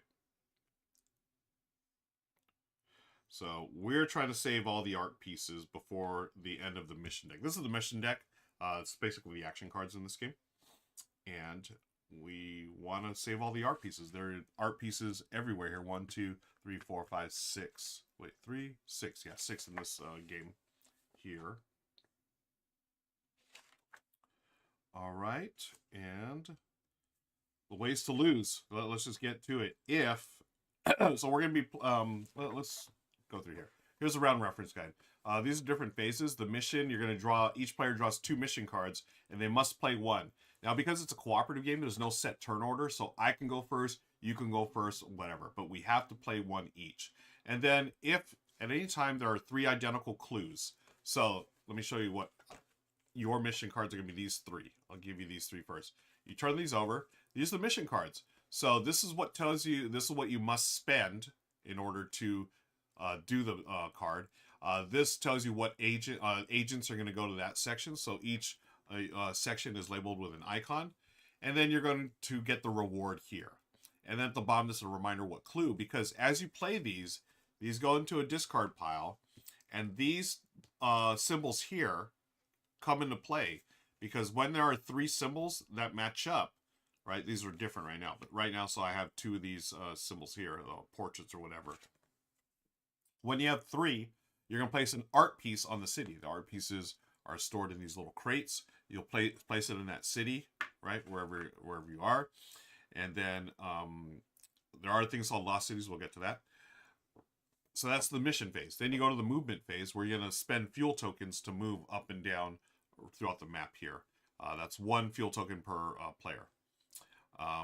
Then, if you go to a city that has no agents and an art piece, you're going to collect it. And that's the object of the game. You're going to place it here, and that's going to affect the strength of your the agents. So you're going to fight as well. So the fight phase, the white hands fighting attempts, the number of agents that they have in a section, plus the threat level. So the threat level right now is up here because nothing's available or nothing's covered up, plus the white hand spots. So anything here, here plus how many are here. So this right now, to beat them right now, if we're to fight, it's 2 plus 6. So we need to roll 8. So we roll the dice. So I have the yellow, you over the blue. We roll these together. And then if we get 8 or more, then we defeat them. So obviously I didn't get here. There are ways to mitigate those dice. Hi, Board Game Bree. Welcome. There are ways to mitigate, so you can get allies. So the ally dice here. And also you can spend guns. You spend guns, you get a +2. Okay. Now, clue cards, anything that's in that hasn't been discarded here, you can use 1 to re-roll any number of dice. All right. Now, if you win, then you're going to remove the art piece, as we said. Okay. Place it there. If you lose, the leader, whoever's leading the fight, you have to declare at the start, you'll lose a health. All right. Then end around, if there are 5 or more agents, the white hands, in a city, then it becomes a lost city. And we'll talk about that if that happens. So you lose in a couple of ways. If if a player loses the last of the health tokens, game over. The last round is over. The end tile, remember we had the end tile here, is revealed. And we still haven't won. We haven't collected all the art pieces. We lose. And finally, there's not enough agents or lost cities. These are the lost city tokens in the supply to place it here. You lose. Victory. You have collected and placed all 8 art pieces on the track. There is a couple of golden rules to remember. Golden rule. At all times, you may spend a health token to replace any missing resource. So if I needed like a walkie-talkie and we didn't have it in the van here, I can spend a health token basically, it's a wild. And then finally, spend walkie-talkies between each phase to unlock ally dice. So between a phase, I can spend a walkie-talkie to get an ally dice. And again, the ally dice, they're all standard 6-sided. That will just increase your chances of rolling the numbers. All right, that's the game, folks. Pretty straightforward. I really enjoy it. So we're going to give you these 3, and then I'll have these 3. 1, 2, 3. So just looking at my cards here, I can play this for free, but then I have to place 3 agents in this section here. And that's going to give us 5. We don't want 5 because that'll become lost cities. Now, we could, shoot them, but I don't know. I don't want to play this card. Did I draw 3? Or am I supposed to draw 2? I'm supposed to draw 2. Duh, I already made a mistake. Draw 2 mission cards. So you draw 2. Here, I'll just shuffle these up. Draw 2, play 1. And then the others gets discarded. Okay. 1, 2 for you. 1, 2 for me. These go back. So I've got spend a gun, place 2 there, but then I get a walkie-talkie and 2 fuel. That's nice. And then this one, I spend a fuel, place 2 agents in that symbol, but then I get 1 of each, a health, a walkie-talkie, and a gun. Pretty cool. All right, you players, you friends, you have, wow, it's basically the same card. Almost the same card. Spend a walkie-talkie. Again, we start with 3 of each resource. Place 2 in this city here, which is down here, a little further away. And then here you get 2 fuel and a gun. Here you get a fuel, a health, and a gun. And, interesting. What should we do, friends? Where are we at? Hi, Game Freak Geek Girl. Good to see you. Game Freak Geek. Good to see you. Thanks for hanging out. What are we going to do, friends? I've got these here. You've got here. Again, no set turn order. We're going to play 1 and then discard 1. Okay, play 1 and discard. Let me see if I can show you this here. So movement. So we're in the plan the mission phase. Okay. We play their card. Players can explain all aspects of the cards, but cannot show them. So obviously, when we're playing for reals, we would not, see this. But again, we're playing through the wonders of the internet, so y'all are hanging out with me. You can see our cards here. And then during this phase, you can spend the resource. Again, don't forget the golden rule. You can spend a health to replace a resource. So you play it, then discard the others in a discard pile next to it. Okay, cool. Then spend, place the agent, collect resources, collect clues. Okay.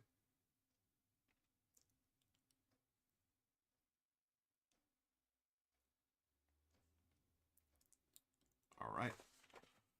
So remember, as we play these, we're going to flip one of these over and it gives clues as well. So here's what we have. We don't have 3 of each yet to unlock something. But, let's see. How can we do this? I can spend a gun here. Okay, we're right here. Okay, why don't we do this? Why don't we go with, let me see. I can spend a gun. So I'm going to discard this card. I'm going to spend a gun. It just goes back to our general supply. I'm going to add 2 agents to the book city, which is where we're at. And then we're going to receive a walkie-talkie and 2 fuel. Okay, so that's the end of that turn. I've discarded 1, and then this becomes a clue card. Okay, the clue card is book and, what is that, a bust or something? And then either one's going to go to the music city. That's the only bummer. But we either get fuel and a gun or fuel, health, and a gun. I like the 2 fuel and then a gun. And then this also matches up one of our symbols here. So discard that. You're going to spend a walkie-talkie, which I just got. Add 2 baddies to this city here. But then we gain... Oops, we should have 3 there. Sorry. 1, 2, 3 fuel. We start with 3. You're going to gain 2 fuel. Wait, did I gain 2 fuel? I did. Okay, so we're all fueled up, folks. That's why we had so many. I gained the fuel and walkie-talkie. And then we're going to gain a gun. So the gun that I spent comes back. Okay, there's the clue cards. If there had been 3, then we unlock the art piece there, but we don't yet. Okay, so next, between levels, just a reminder, between levels, we can spend our walkie-talkies to get allies. So let's get that over here. Allies, ally dice. In between phases, during the round, the player can decide to spend walkie-talkies to unlock a new ally dice. This die is taken from the stock right there. Okay, and place on the specified space on the mission map. Once unlocked, ally dice remain in play for the rest of the game. The cost to unlock an ally die is shown on the art piece track above the space for the next art piece. Cost to be paid in walkie-talkies, but remember you can use health as well. So we've got 1 here for 6. 6 walkie-talkies? Oh, that's brutal. I forgot about that. We have 3 walkie-talkies. We could pay some health. I don't know if we want to do that, though. So, again, once we unlock that, it'll get a little easier to get dice. Oh, man, do we take a chance, folks? Hey, Gamer Ives guys in the house. Hello. Do we spend all our walkie-talkies? 3 of them, plus 3 health. We each have 3, so we can use some health to unlock an ally die. I don't know. So right now, both of us, we can roll, it'll be 6 plus 4. We'd have to hit a 10 in order to defeat some baddies. But if we get an ally die, it might help. I'm going to take... Oh, do I do it? I feel like I want to take a chance. This is why I lose this game so much. I'm going to take a chance. So I'm going to spend 3 ally dice. We need to spend 6. So that's 3. I'm going to spend a health 4. Spend a health 5. And we're going to... I'll sacrifice for the team. I'm going to be the leader. I only have 1 health. But we do unlock an ally die for the rest of the game. Okay, so we need to hit... there's 1, 2, 3, 4, plus 6, 10. Okay, can we hit 10 to get rid of the baddies? Oh, we have 5. Now, that's a bummer. But we do have options. We can re-roll dice by spending clue cards. The clue card here, collect clues. Where's the re-roll? Ally dice. Fight, because we're fighting right now. That's the fight phase. Fight phase. Oh, we could do guns too. Okay, re-rolls, clue cards. So I'm going to get rid of one of the clue cards. We'll get rid of this one. Okay, for a re-roll. So we're going to re-roll. And we do have guns. Those are plus 2. So let's hope we get something a little higher than 5. There it is. Okay. Where'd we add this one? It was added. These 2 were added to this one. Okay. So I've rolled 14. Boom, boom, boom. Gone. So you just moved that. So safe. All right, cool. Game Rise guy. Yeah, this is fun. Okay, so fight is over. We have defeated the baddies for now. There. So, oh, failure. Oh my gosh. See, this is what's terrible. I re-roll. I failed.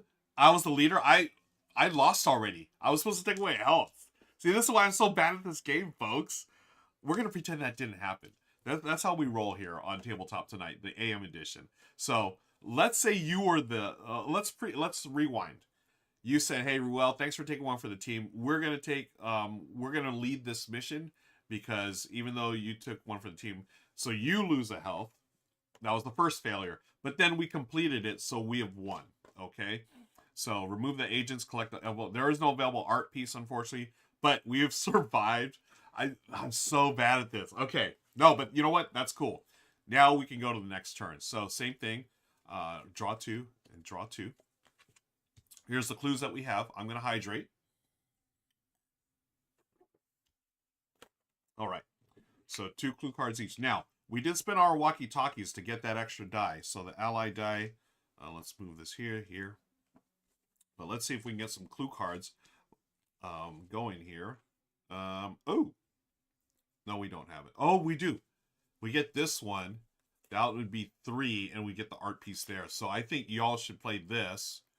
It is going to add a bunch here, but oh, this is great. Y'all, this is perfect.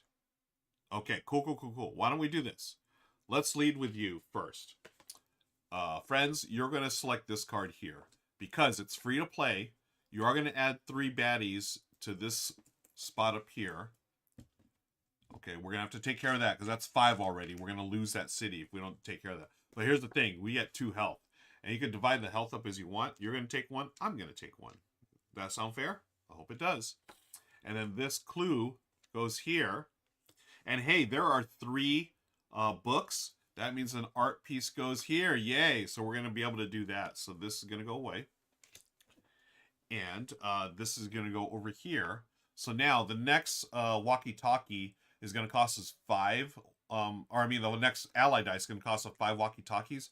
But now the baddie strength is 8 plus whatever's up here. So when we go here to fight, it's going to be 8 plus 5. We're going to have to hit 13.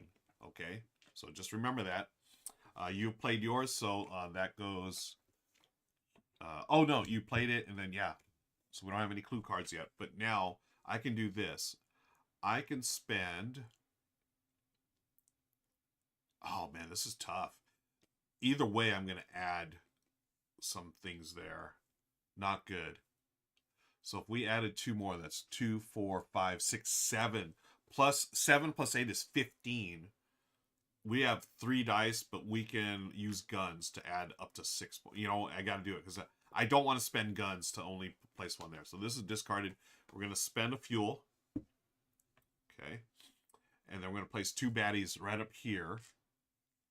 But we get 2 guns, so we're maxed out, almost maxed out guns, and 1 walkie-talkie. Okay, there's the clue card. Now the movement. We're each going to move up there. So it's going to cost us 2 fuel tokens, okay? Now time for the fight. We have our dice. You were leader last time, and that worked out well, but you know what? I feel like I need to lead this one. So if we fail, I'm going to lose a health. We have our 3 dice. We've already unlocked 1 ally. We have these 2. We have 1, 2, 3, 4, 5 guns, so that's technically a plus 10. So let's roll well, or else we get rid of the clue card to reroll. Okay, here we go. We have 14. And what do we have to do? 2, 4, 6, 7. We need 15. Oh, okay, cool. So we spend 1 gun. Boom. Boom. Yes. Got rid of the baddies. All right. Y'all in chat, you following along? How we doing out there? How we feeling? Oh, man, super excited. I hope we can do this time. Now, we need more clues there in order to get the art project. So we have 1 here. 1, 2, 3, 4, 5, 6. Okay. 2 cards for you. 2 cards for me. Here's the clue we have. We have the film and the little bust. Oh, man, if we only had... Oh, man. Yeah. 2 of these. We need 3 of those to get that one there. But let's see what we got. You all have those 2. I have these. So we have fuel. Let's see.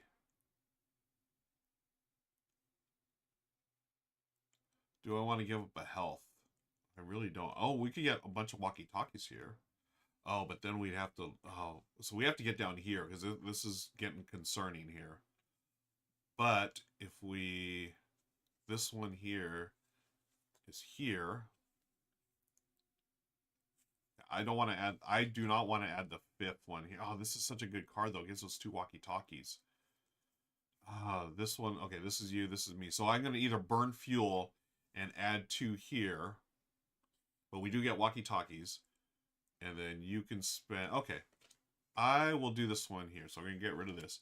I'll spend the 2 fuel. Oh, man. Yeah. I'll spend 2 fuel. We'll place 2 baddies here. So that's at 4 now. But I get 2 walkie-talkies. All right. That's nice.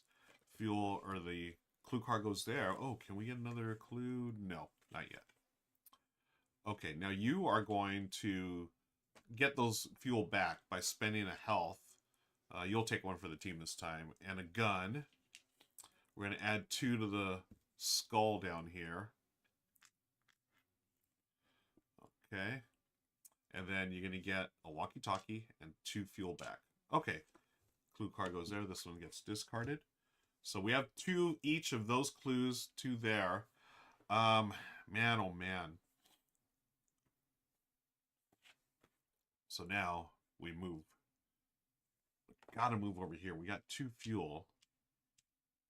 Gotta get down here. Okay, spend 2 fuel to move both of us here. Now I could lead here, and we do have 3 dice, and it's going to be 2 plus. So we got to hit a 10 here. We got a couple of guns, so let's do that. I'll lead. Hopefully we get more than a 10. Yep, we did. We had 9, 14. So boom. Okay. Now we don't have all the clues yet, so we're not going to pick up an art piece there. That's a bummer. All right. So here, okay, we need to get some more fuel. We're running out of low on fuel. We do have walkie-talkies, which would be nice. We have 4. You know, I could... No, let's not spend health just yet. Okay. Those 2 for you. Hey, we've got 2 here. That would get the art piece there. It's going to cost us 2 fuel. It's going to cost us 2 fuel and a walkie-talkie. Don't want to go there because I'd make it 5. Now let's see what you have. Got to spend fuel. No, we need fuel. Maybe this... Oh, man. No, you can't spend your heart. That's your last... thing there. Oh, man.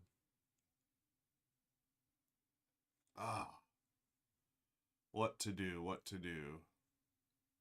I could spend this gun. No, I don't want to spend that because it's going to go there. I can't, oh man. What are we going to do? These are the cards we got to play. This or this. This or this.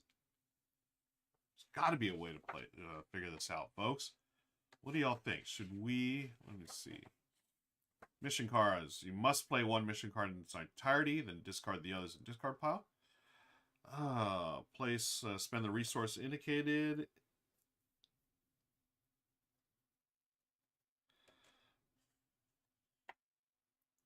Oh, man.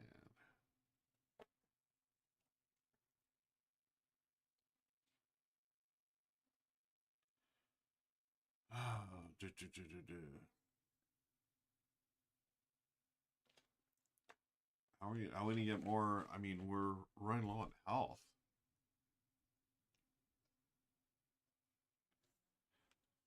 Can't spend this. I can spend a gun. Wait a second. Is there reminder? All times spend a health token or replace a missing resource. Spend walkie-talkies between phase to unlock allied dice. Am I going to lose because I can't... You can't spend this because there's not 2 fuel. We only have 1 fuel. Oh, okay. No. Here we go.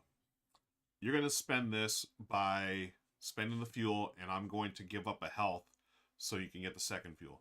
We are going to add the 5th agent here, unfortunately, but you get a health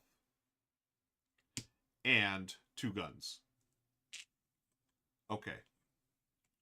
Boom. That's discarded. Now, I can spend a gun. Place 1 over here. Oh, we're going to get 2 lost cities here. Nothing else. We get nothing there. Do we have 3 clues yet? 1, 2. No! We only have 2 of each. Oh my gosh. Oh. And we can't move. This is why was I just telling you how bad I am at this? Oh. We have 2 health, 1 health. No, we're going to lose 2 cities, folks. Oh, no. Because there's 5, 5 at the end of the turn. At the end of the turn, 5 agents or more, city becomes lost. And what you do, we have 3 lost city tokens. We're going to place that there. Remove the agents. Place that there. Remove the agents. And then if we have to place agents there, they're going to go up here and add to the strength of their fight. Oh man, what a brutal turn. Okay, so what was this? This was a discard. Okay, 2 more. All right, so now we are definitely going to unlock some art pieces here. Oh, I like this. We're going to get fuel. This will get us fuel to move. Gun. Give up a gun. Give up that. Get off. Okay, I like this because you get health and you get 2 fuel. So we're going to move and fight there. Okay. And that's going to unlock art piece there. Oh, let's look at Lost Cities, folks. So Lost Cities, not a good thing, as the name implies, right? It's lost. A.B. True, what win percent? I am 0% win on this, unfortunately. Lost Cities, where are you at?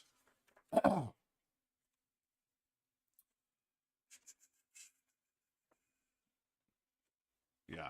What win percent is acceptable? Well, I have a 0%, unfortunately. Okay, Lost City. If you discover an art piece that should be placed in Lost City or a city with an art piece already there, do not place that art piece, but discard the cards. Anyways, once the art piece has been collected from a city, you may discover art piece in that city again on future turns. So basically, we're hosed. Oh, man. Acceptable in a co-op solo game. I don't know. I want to say 50-50, right? But I don't know. So, got to give up a gun or a walkie-talkie. But I like this one because it gets health and 2 fuel. It is going to we're going to have to get here to fight. So why don't you go first? Okay.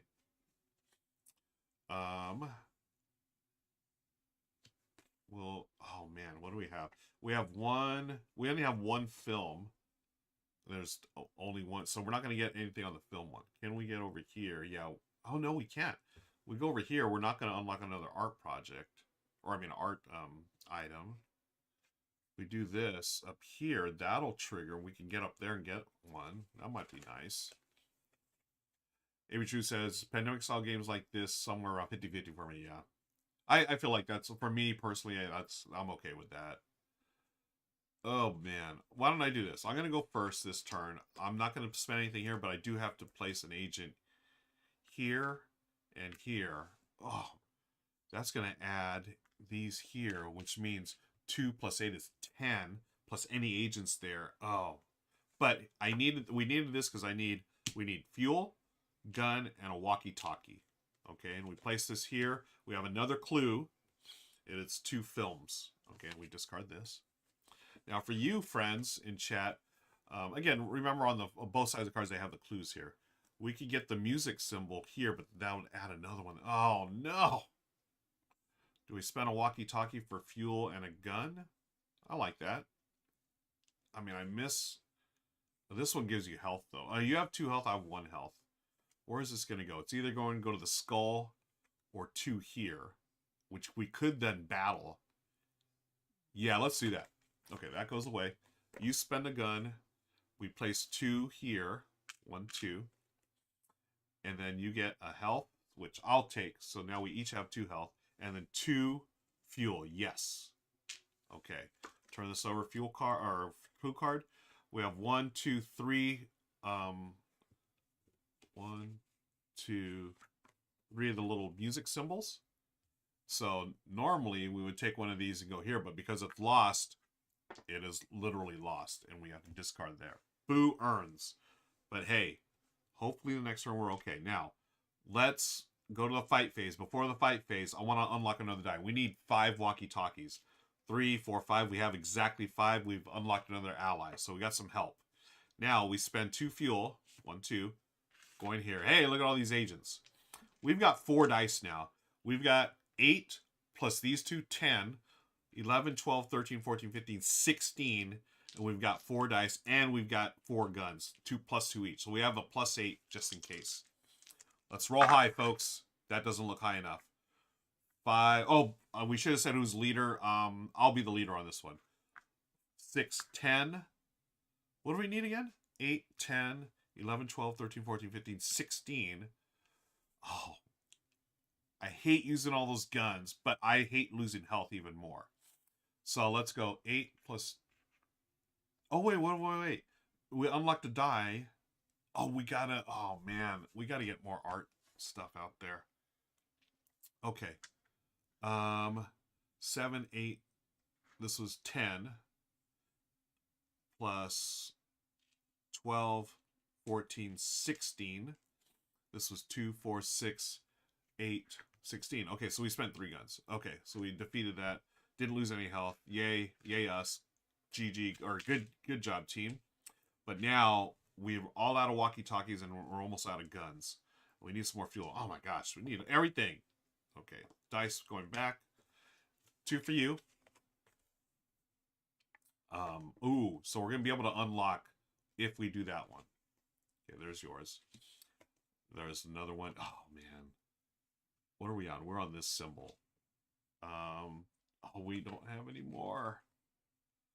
Okay, so we can get an art thing there. Let's see what we have to play. Ooh, we have to spend a health.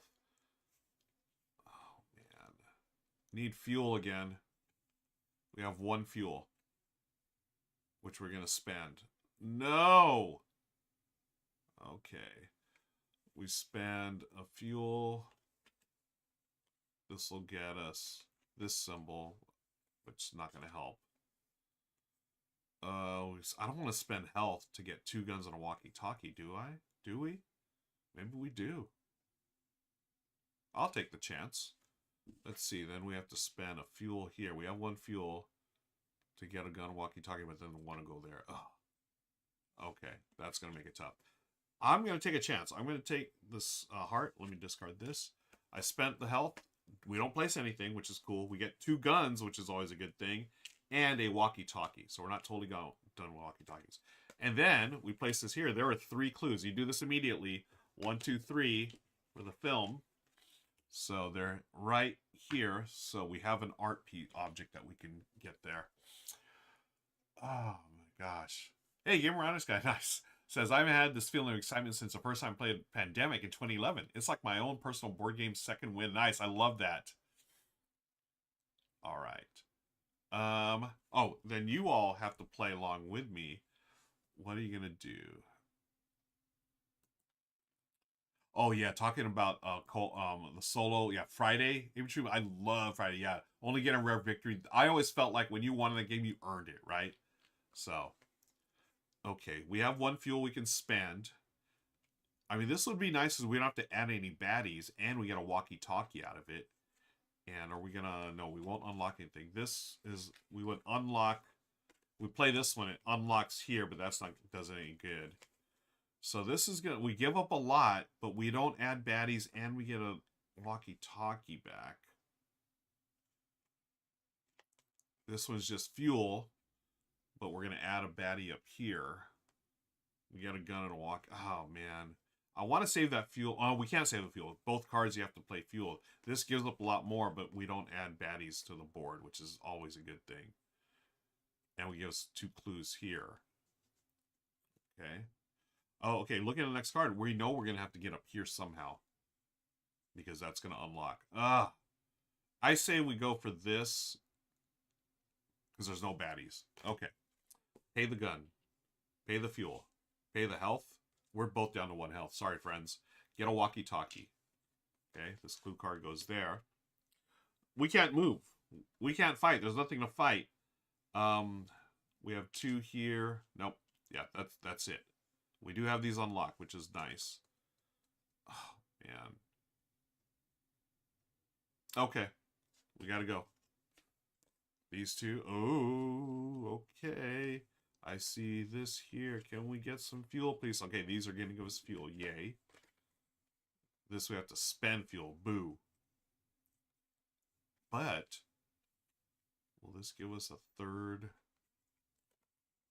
If we spend this one. No. Ah! Okay. Have to get... Okay, this is the combination here, I think. Here. Yeah. Spend 2 guns. Get nothing. Spend nothing.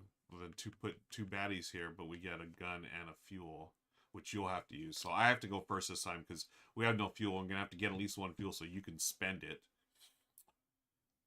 Man, I wish we... Can you get health? Yeah, there's... Okay, you can get health there. Okay, cool. We will be unlocking... oh, we already have an art thing there. Do we spend the guns? No. Let's spend nothing. Place 2 baddies where we're at. Get a gun. I mean, a walkie-talkie and a fuel. There's a clue card. We have 3 there, so that's... We already have 1 there. Right? I don't think we add another one if there's already a... We've already unlocked 1 in a space. I think it's 1 per space. I'm pretty sure it's 1 per space. As soon as they're 3... Place tokens, you have to do it even though you might not need it. You can discover several art pieces that will turn around, but only 1 at a time, even discard. Okay. I'm pretty sure you just keep the 1. Hopefully, I don't know, Op, are you, anyone from the Op there? Do I put a second one there if I burned it? I don't think we do.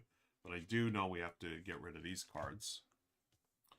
Now that we have a gas or fuel, we can spend it, or you can spend it. We add 2 baddies to this one.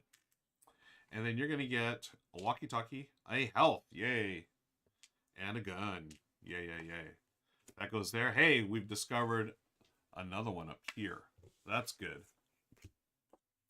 Okay, so now we can fight. We've got 2, 4, 12 that have to go up, and roll this, and this. You will be the leader because you got 2 health. Oh no. 9, 10. Okay, spend a gun 12. Boom, done. All right, let's continue the next turn. Man. Okay, those are your 2. These are my 2. Okay, walkie-talkie is going to get some fuel. Yes. Yes. No. Going to add 2 more there. Oh my goodness. Going to spend guns for fuel. Let's see what you got. A gun gets you fuel, and we add 1 to the book. Okay, that's harmless. Oh, spend a fuel to get 2 health. I like that one. Can we? Oh, we need, because we need a fuel. That fuel. Okay, spend a gun to get 2 fuel. Spend 2 walkie-talkies, get a fuel. Okay, we have to do that. So this one is good, and then this one. Oh, I hate giving up the walkie-talkies, but I'd hate to give up the guns even more. Okay. And this one, where would this go? Here. Oh, here, we're going to add 2 more there. No bueno. All right. Well, we'll spend the 2 walkie-talkies. Place 2 here, but they don't go there. They go over here. But we do get 2 fuel. And 2 book symbols, 2 book clues. Now, do we want to spend a gun to get 2 more fuel, or a fuel to get 2 health? I'm thinking health, folks. We do have a gun here. We do have 4 dice, which is nice. I really like that health. Now this would unlock something. No, we're going to go spend. No, you can't spend the fuel. Because then only one of us could move there. We want as many dice as possible. I think. Well, maybe we do. No. because we do like the health. So we're gonna drop this. We'll spend the 1 fuel. We got to place 2 here. That's 4. But we do get 2 health, and we're gonna load up on this. So I'm gonna go 1. So I'm gonna give me both health because I'm gonna go over there. I will take 1 for the team. So this goes here. We don't have 3 symbols yet. I'm gonna move by spending this here. And then your die stays here. We're going to take the allies, and I do have 2 guns, so I'm going to get 1, 2, 3, 4, 8, 16. Oh, come on, 16. 8, 10, 4. Oh no, I'm not gonna spend the guns. I can't do it. I'm gonna spend a health. Oh, failure. Bummer. That's okay. Next turn we'll get it. Next turn we'll get it. Okay. 2 back here. 2 here. So we're gonna unlock some more. Oh, maybe? I don't know. There's the film. Okay, let's see what we got. Can we get some guns and or stuff? This will get us more health. We gotta spend 2 fuel, which we don't have. This one, okay, let's do this. So you are going to play this one because it costs you nothing. We add a baddie to where you're at, and then you get a fuel. Okay, there's that clue. So either one of these is going to trigger this, so that we're going to add yet another baddie there. This one I can't play because it needs 2 fuel. I can play this because it takes a gun, takes a baddie into the book city, and then we get a walkie-talkie. Okay, this goes here. These 3 symbols trigger. 1, 2, 3. 1 here, which adds over here. Uh-oh. Okay.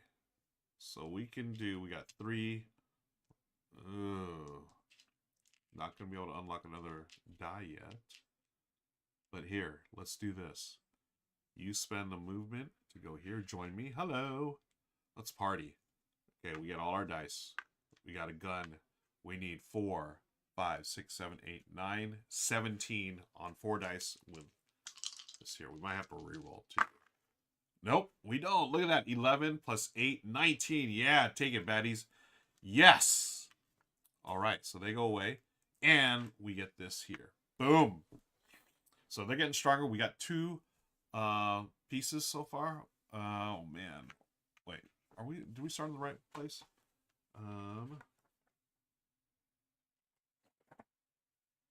3, yep. Okay. 2 for you, 2 for me. Can we do this? Spend a gun. Where's the ones that give? Oh, there's a bunch with health. I like that. We don't have any fuel. Now we might have to spend some health. What's the golden rule?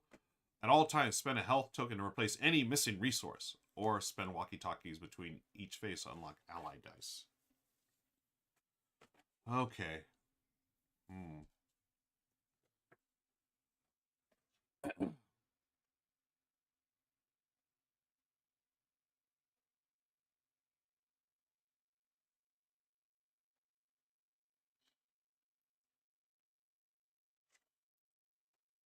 By the way, I forgot.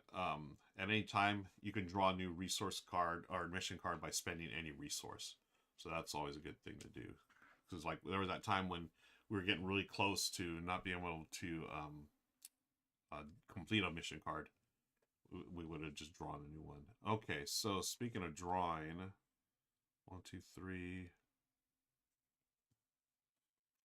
Let's do this one. You're gonna spend nothing, but you're gonna add 3 to this spot here. 2, 3. But we get 2 health and a gun. Okay, and a gun. And a clue. 1, 2, 3. Oh, we already have one there. Oh, bummer. Now, I can get one on the book city. Are we on? Yeah. Oh, no, we're on the film. Okay. So it's either... Oh, I gotta spend... Oh, gotta spend a fuel, which I don't have. But I'll spend... Oh, man, I hate doing this. But I'll spend a walkie-talkie to draw a new one. Okay. Better. I can at least play that. This will be discarded. This is discarded. Spend nothing, but I have to place 2 here. Oh no, it's gonna be lost. And then 2 walkie-talkies and a health. Book. 3 books. That means that goes there. Man, oh man. So that's the mission. Now we do the movement. Man.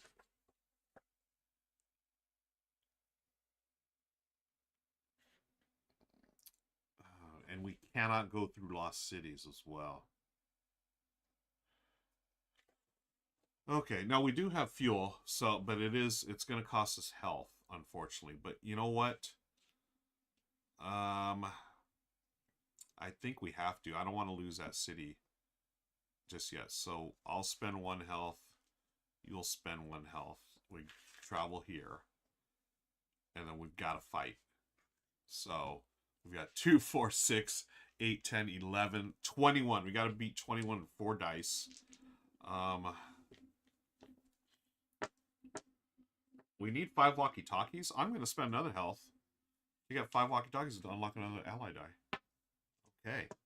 We do have 2 guns. So what do we have to do? We have 10, 12, 14, 16, 18, 21. Okay, come on. Let's roll. I'm going to re-roll that. 21. Come on. Oh my gosh. Really? I can't re-roll anything. I was the leader, so I lose a health. Oh no.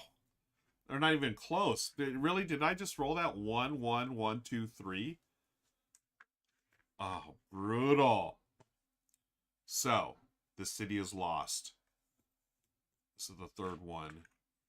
These go here. Oh my gosh. Thanks, Imaginary. Good to see you here, friend. Thanks for hanging out with us. No.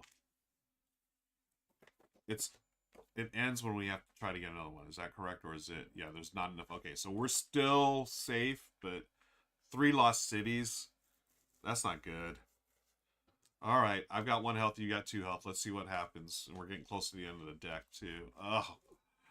Okay, got to spend a health. I'm not going to do that. I got to spend a walkie-talkie. Don't have any yet. Oh, spend a fuel, spend a health. Okay, here we go. You're going to spend a health. We don't add anything. Yay. You get 2 walkie-talkies. Yay. Got a clue card. I've got to spend a walkie-talkie, which thankfully you just had. We add nothing. Yay. And we get a fuel. Okay. So 1 fuel can get worst 1, 2. I can go 1, 2 away here. Oh, this is discarded. Nothing's gonna happen. Oh man, so brutal. Okay, no fight, no one to fight here. Man, how are we gonna win this, folks? We got to get lucky. We really got to get lucky. I honestly think we're dead. I'm all looking. Is there a way we can help? Oh man, can we get help? All right. Well, we're not gonna fight, so we're drawing 2 more cards. Okay, this one will get us. Nope, that's not gonna do us any good. What do we have? This will get us. Okay. Spend a walkie-talkie. Add 1 here and here. Oh, this is so brutal. We get 2 fuel and a gun. Second clue there. Let's see what you got. Okay, gun. Gets you fuel. We put 1 on the book. This would be 2 books for a gun and a walkie. Oh, we don't have a walkie-talkie though. Okay, so that's gone. Spend a gun. Put 1 on the book. Agent there, but get a fuel. Okay, we have 3 here in the film, so that unlocks that. 1, 2, 3. Hey, okay, we got some fuel, baby. We got some fuel. So I don't know. Do we still? I don't want to get our hopes up, friends. Maybe. So when we move, 1 fuel token per thing, and then we're gonna pick up the art. Again, you can pick up art as long as there's no agent pawn there. So we both move there. 1, 2, 2 fuel. Yay, pick up an art. We got a few more here. Can we get there? Do we need to fight? No. We're going to spend 2 more fuel to get up here. No, no, no, no. 1 fuel to go up here to collect that. Okay, hey, that's not bad. We did 2 and 1. Saved a fuel just in case. We're running super low on resources. So let's see. 1, 2. 1, 2. I don't want to spend a heart. This is good, though. That's a really good card for us. Let's see. Fuel 2 guns to get to... Oh, man. That's pretty good, too. And will it unlock? We got one of those. No. Well, it's not going to unlock any clues, but... Let's see. We have 1 fuel... Okay, can't do this one because it's a heart. Yeah, don't want to do those. Oh, man. Tell you what, I'll go first because this one I can play without doing it, having anything here. It's going to place 2 agents where you're at. But we get a heart, I mean a fuel and a heart. Who's going to get the health? That's the question.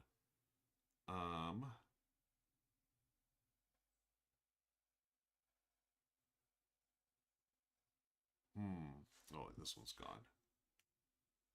I think we'll do the heart on... Because if we play our cards just right, you can get a couple extra hearts. So I'll take the heart. That's the clue. And then you can spend a fuel in our remaining 2 guns here, which is sort of scary. But fuel 2 guns. This goes away. But you get 2 hearts. Again, you can divvy up those the way you want. Give you 1. And you know what? You'll take 2. You've earned it. And then this is our second clue here. Do you want to fight? That's the question. You can go here, try to fight with 4 dice versus 2, 3, 4, 5, 6, 7, 8, 9, 10, 11, 12, 13, 14, 15, 31? Oh my goodness. Really? 3, 4, 5, 4, 5, 13, 29, 31. Yeah, we're going to need all our dice. So we should stick together. Let's stick together. I mean, yeah. Just stick together.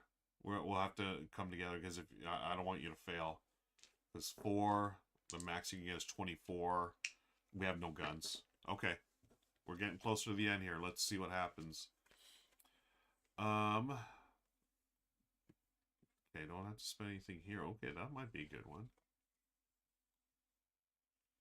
Gives us a walkie-talkie. Okay, I'll go first because this is a freebie. Get 2 agents where I'm at. Get a heart, a health, which I'll go, so I have 3, and a walkie-talkie. Okay, that clue card goes there. Hey, there's 3 here. That's going to show up there. Again, you can't collect it unless it's clear of agents.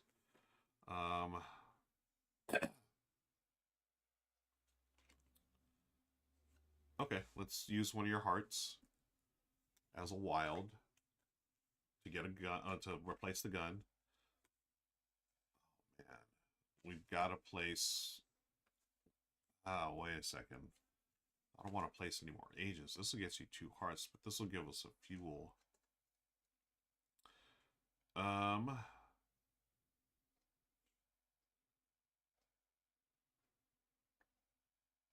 Yeah, we'll go in this way instead.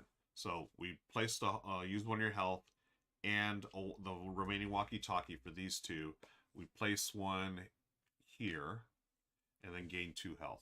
We can get the health back. So I'll give you 2 and I'll have 3. Okay, this goes here. That's that symbol, clues. So now, how are we going to fight this, folks? I need to get over to you. I'm going to spend the fuel, travel. And then let's fight. We've got 3, 4, 5 dice, no guns. Oh. We've got to beat 10, 13, 14, 15. We got to beat 31. Is it possible? No, it's not possible at 5. That's 30. Yeah, Mr. ADHD Games, we're dead. Now, we don't have to fight if we don't want. That's the secret. Maybe... Oh, man. I have no idea how we're going to get through this. Okay, we don't have... You can choose not to fight. So let's go. Let's draw cards. And we just reached the end tile.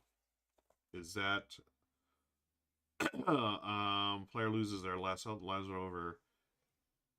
Yep. The last round is over. End tile revealed. And you haven't... So there's the end tile, folks. We were so close, actually.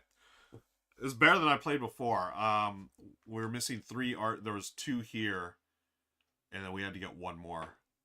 Oh my gosh. Let's see what, if we would have, so draw these 2. This is the end tile. Let's see what we would have done. This would have been yours. This would have been mine.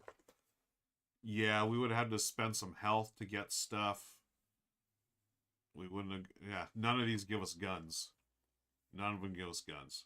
So, oh my gosh. Maybe, oh, okay, game designer. Oh, thanks for joining us, Mr. ADHD.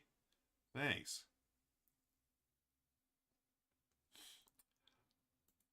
Yeah, right?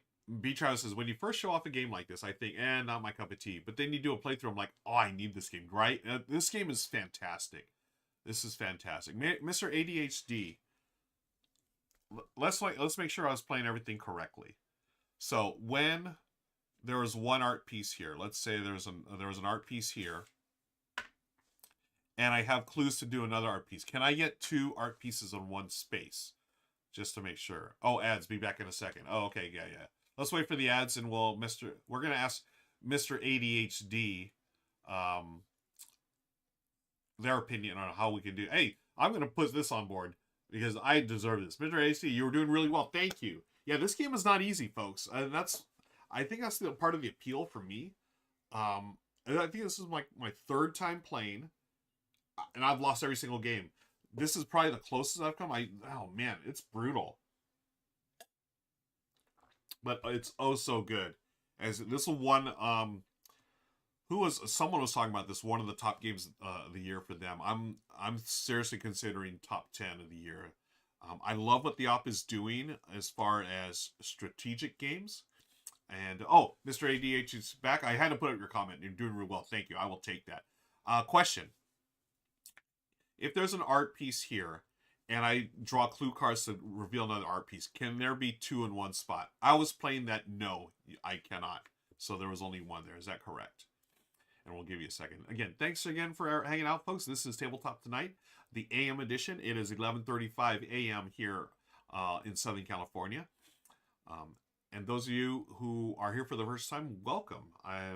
You can see me on Runthrough channel, on my channel here, Tabletop Tonight. I'm also on the Good Time Society and other places. Okay, they say correct. Thank you for making sure I did that correctly. Second question, Mr. ADHD. When we have to place an agent here in one of the lost cities, do I take that? So if I had to place 1 agent here, I've been placing it up here, and that adds to the fight value, right? What if I had to place 2 agents? Do both of them go there? Or 3 agents? Do they all go there? Or is it just 1? I've been playing that the number of agents that have to go there, they get shoved up there and added to the strength value, the fight value. Okay, so regarding the placement of the art pieces, that is correct. Mr. ADHD says they are a developer over at the op. I want to thank them for hanging out with us today.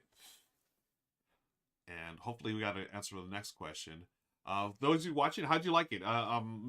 B. Travis said that they watched the playthrough and they really enjoyed it. And they need to get it. Same thing. I mean, I knew I was going to like it. I feel like I knew I was going to like it just based on the art alone. I love Vincent Dutray. So this very thematic. This is one of many boards, folks. There's a few more maps in here, and I'll show that in the box. Oh, okay, cool. Well, that's fair. That's totally fair. I'm not going to answer that because I haven't played this map recently enough to be sure. And no worries, Mr. ADG. I can, folks, That's what BG's all about. We're here on BGG's live page, right? Go look up the rule. Several maps here, right, that you're going to play. They play differently. There's one map that has extra components, which 1, 2, so 4 extra maps here, double-sided. Okay. This is there. And USA. Cool. So that is the ART project, folks. Unfortunately, the bandits, the baddies won. We did not rescue the ART. But hey, it was a lot of fun. I want to thank you all for hanging out with me today. Thanks to Mr. ADHD Games for for clarifying one of the rules. And we're just hanging out. I appreciate you all. I'm going to raid into another channel. So what that is here on Twitch, we take you all and find another board game channel who are going to raid and bring you all there. And let's see who is on... Who is playing board games right now on Twitch? We were, and I want to thank you all again for hanging out. This is a lot of fun. I really appreciate it. I want to thank everyone at Board Game Geek for the support. And let's see, anyone playing? No, there's got to be someone else playing board games. It's not just me. We've got some of the French channels. I would like to go over to an English-speaking channel if possible. Just because, who are you going to call? That's right, Borderline Games. I have no idea who they are. Are they playing Ghost Stories? You want to talk about a tough co-op. Why don't we go from this? This was tough, but that is like probably the toughest, right? Ghost Stories. Borderline Games. I have no idea who they are. It says, welcome. They got 34 followers. Let's go raid them, folks. Let's go show some love. And what you do, you stick around, you're going to get channel points for my channel. And then we're going to raid Borderline Games and show them some love, saying, let them know that we lost at the ART project, but we're going to wish them luck on Ghost Stories, folks. So thank you so much, folks. Thank you, B. Travis. Much love to you, friend. Thanks, everyone. Really appreciate y'all. And be sure to join our Discord. I'm going to drop the link one more time.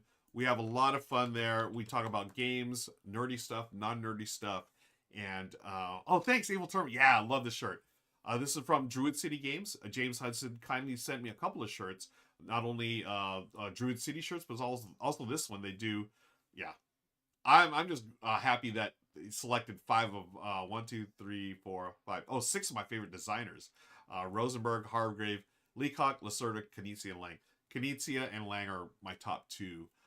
Feld isn't here. Rosenberg is. Hargrave, Leacock, I mean. Yeah, can't go wrong. Let's go raid on over to Borderline Games. I'm going to raid now. Thank you again for sticking around, folks. Much love to you all. Be sure to tune in tomorrow. Rahdo runs through. We're doing the R&R show. Me, Richard, Rahdo Ham, Ray, Chris George.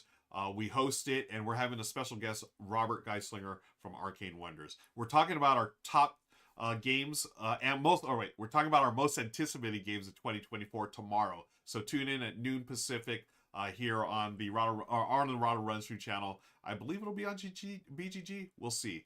But until next time, thanks for hanging out, folks. Stick around for the raid. All right, we'll raid right now. Did it raid?